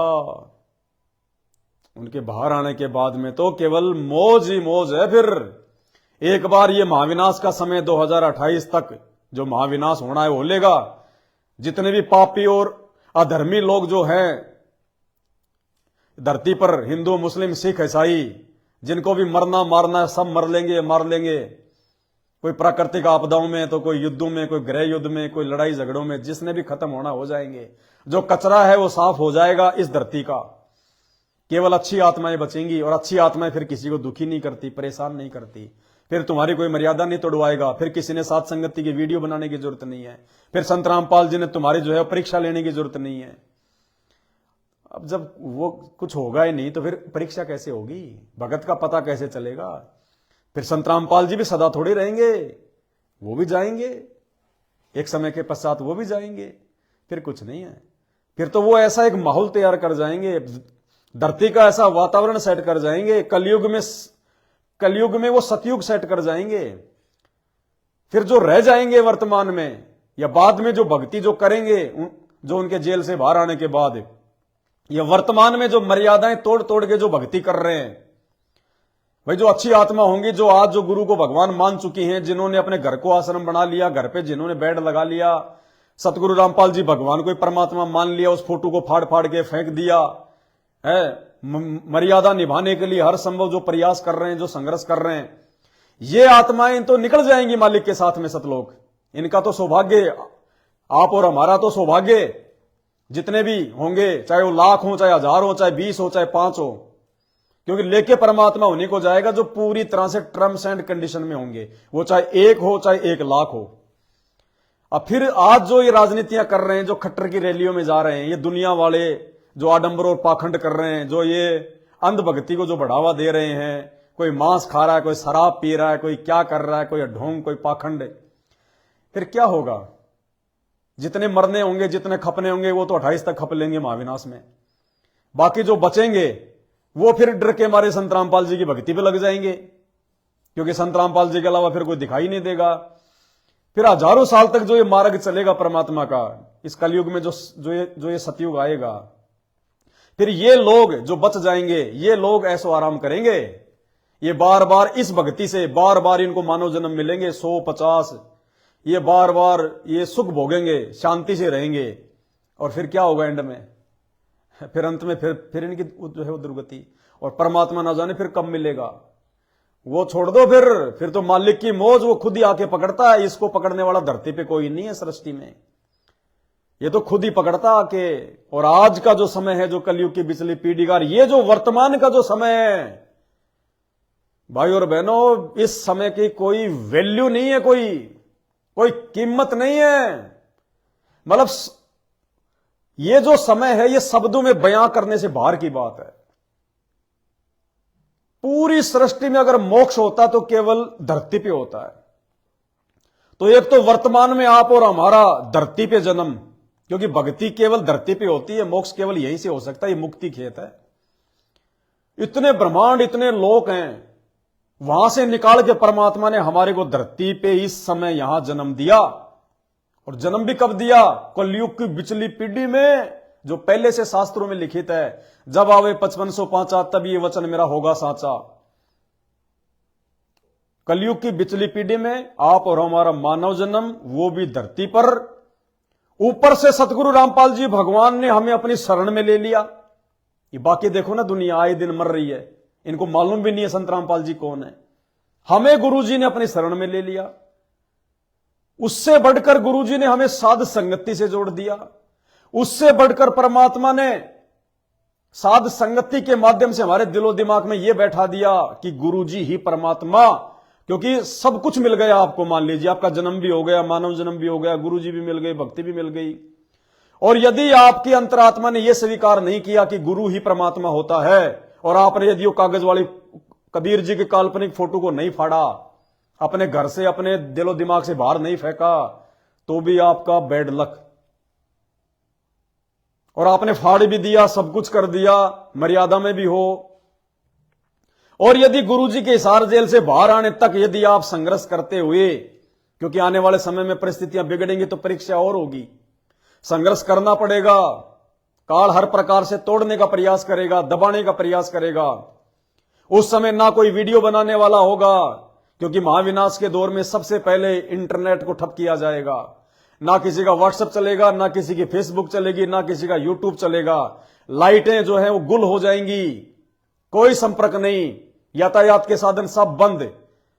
अभी ये लाल सागर में अमेरिका का, हूती का, इसका ईरान का युद्ध शुरू हो गया। अगर युद्ध अगर ज्यादा बढ़ेगा तो क्या होगा? ट्रांसपोर्टेशन बंद हो जाएगा, जहाज आने जाने बंद हो जाएंगे, डीजल पेट्रोल बंद हो जाएगा, ना गाड़ियां चलेंगी, ना बसें चलेंगी, ना ट्रेनें चलेंगी। बैठे रहो अपने घर पे कोरोना की तरह। ना इंटरनेट चलेगा। क्या करोगे? एक दूसरे का मुंह देखना अपने घर पे, एक दूसरे का मुंह। मौत का इंतजार करेगी दुनिया, मौत का इंतजार। ये बाकी जितने भी भविष्य, ये बाकी जितने भी जो ये भविष्य वक्ता है, ये तो फालतू में भोगते हैं, फालतू में। ईसाई धर्म वाले, कोई और, ये फलाना दिखना, ये ज्योतिष वातिश, इनको कुछ नहीं पता। इनको तो जो किताबों में लिखा हुआ है, उसने उससे सुन लिया, उसने सुन लिया, बोल दिया, व्यूज आ गए, 4 पैसे जेब में आ गए। ये आपको जो बोला जा रहा है ना, ये संत रामपाल जी के ज्ञान से बोला जा रहा है। संत रामपाल जी के ज्ञान से दुनिया आने वाले समय में अपनी मौत का इंतजार करेगी, मौत का इंतजार। वो भयंकर नरसंहार, वो भयंकर विषम परिस्थितियां पैदा हो रही हैं। ये 4 दिन की ड्रामेबाजी है, ये कर लो, नाच लो, फुदक लो। आने वाले समय में देखना क्या होगा फिर। ये 4 दिन की जवानी भेड़ के बच्चे में भी आती है, अंत में वो कसाई के नीचे आता है, कसाई के नीचे। ये काल, ये शैतान, ये कसाई है, ये यहां का भगवान नकली। ये चुन चुन के करेगा, चुन चुन के हिसाब। केवल संत रामपाल जी, यही है वो कल की भगवान, यही है वो दुनिया का अंतिम पैगंबर। ये मुसलमान भाई हजरत मोहम्मद को अपना अंतिम मानते हैं पैगंबर, नहीं, ये संत रामपाल जी है पूरी दुनिया का लास्ट पैगंबर। इसके बाद में कुछ नहीं है। ये हिंदू जय श्री राम कुछ नहीं है, जय श्री राम कुछ नहीं है। नदी में डूबकर मरा था जय श्री राम, आत्महत्या की थी श्री राम ने, आत्महत्या, कायरों वाले काम। ये है असली राम, संत रामपाल जी, असली राजा राम, समर्थ राम, आदि राम, राम राम सब जगत बखाने, आदि राम कोई बिरला जाने। ये है वो आदि राम। वो श्री कृष्ण बचाने नहीं आएगा, जिसके खुद के पैर में जहरीला तीर लगा, वो तड़प तड़प के मरा। जो खुद अपनी रक्षा नहीं कर पाया, तुम्हारी क्या खाक करेगा। श्री रामचंद्र जी खुद सरयू नदी में डूब के मरे, लोकलाज में आके बेइज्जती के कारण। खुद के लड़के उसके सामने आ गए लड़ने मारने के लिए, अंत में जाके सरयू नदी में जाके छलांग मार के मरा, आत्महत्या की, आत्महत्या राजा होके। क्या बचाएंगे तुम्हें। हजरत मोहम्मद 63 साल की उम्र में बीमारी से मरा, तड़प तड़प के, ये अल्लाह मुझे मौत दे दे, ये अल्लाह मुझे मौत दे दे। उसकी जीवनी पढ़ के देखना, जीवनी हजरत मोहम्मद 63 साल की उम्र में बुखार से वो तड़प तड़प के मरा। मुसलमानों को कहां से लाभ मिल जाएगा। और जबकि वो तो मांस उसने छुआ भी नहीं, हजरत मोहम्मद ने अपनी जिंदगी में कभी मांस को छुआ भी नहीं। और आज का मुसलमान सप्ताह में 5 दिन मांस खाता है। और जब हजरत मोहम्मद की ऐसी दुर्गति से मौत हुई, तो आज वाले मुसलमानों का क्या होगा। पसीने आएंगे, पसीने, मौत को तरसोगे कि भगवान मौत दे दे, अल्लाह मौत दे दे। भैया बैंकर कोई नहीं बचाने वाला, ध्यान रख लेना। ज्ञान सत्संग सुन लो संत रामपाल जी के, सबके जेब में उन्होंने मोबाइल बनवा बनवा के डाल दिए। ये मोबाइल तुम्हारे हजरत ने नहीं बनवाए, ये तुम्हारे श्री राम ने नहीं बनवाए, ये श्री कृष्ण जी ने नहीं बनवाए ये मोबाइल। ये सतगुरु रामपाल जी भगवान ने इंसान को दिमाग दिया, इंसान को। ये इंसान यही था हजरत मोहम्मद के समय, राम के समय, श्री कृष्ण के समय। गर्मियों के दिनों में एक छोटा सा एक पंखा भी नहीं बना पाए। ये टेक्नोलॉजी संत रामपाल जी ने दी है इंसान को, केवल भक्ति के लिए, इनके अंदर बकवाद देखने के लिए नहीं, सत्संग सुनने के लिए। समय है, सत्संग सुन लो, ज्ञान को आधार बना लो, वरना दुर्गति होगी, दुर्गति, मौत को तरस जाओगे। बाकी जैसा भी होगा, परमात्मा की जो भी प्रेरणा होगी, सभी भाई बहनों को समय समय पर आकर समझाते रहेंगे। बाकी भाई अपनी भक्ति में गुरुजी ने जो मंत्र दिए हैं, अभी देखो ना, ये जितने भी जो ये भविष्य वक्ता हैं यूट्यूब पर, जितने भी लोग वीडियो बना रहे हैं कल्कि को लेके, भविष्य मालिका को लेके, आपने नोटिस की एक चीज, बार बार क्या कहा जा रहा है, जो व्यक्ति त्रिकाल संध्या करता है, त्रिकाल संध्या मतलब 3 समय की आरती, बार बार कह रहे हैं ये लोग कि केवल वो त्रिकाल संध्या ही बचाएगी, वो त्रिकाल संध्या ही बचाएगी। अब इनको पता किसी को नहीं है त्रिकाल संध्या है क्या। भैया ये 3 समय की संध्या, 3 समय की आरती तो संत रामपाल जी ने अपने भक्तों को दे रखी है। ये त्रिकाल संध्या पूरी सृष्टि में, पूरे ब्रह्मांड में केवल संत रामपाल जी के भक्तों के पास में है और किसी के पास में नहीं है। तो कम से कम इन वीडियो को देख के ही समझ जाओ हमारे गुरुजी कौन है, परमात्मा कौन है। ये त्रिकाल संध्या, ये आरती, ये सत्संग, ये सुमरण, यही बचाएगा मैं, बाकी कुछ नहीं। अच्छे अच्छे जाएंगे, अच्छे अच्छे दिखाई भी नहीं देंगे ये। आज के वीडियो में केवल इतना ही। बंदी छोड़, सतगुरु रामपाल जी भगवान की जय हो।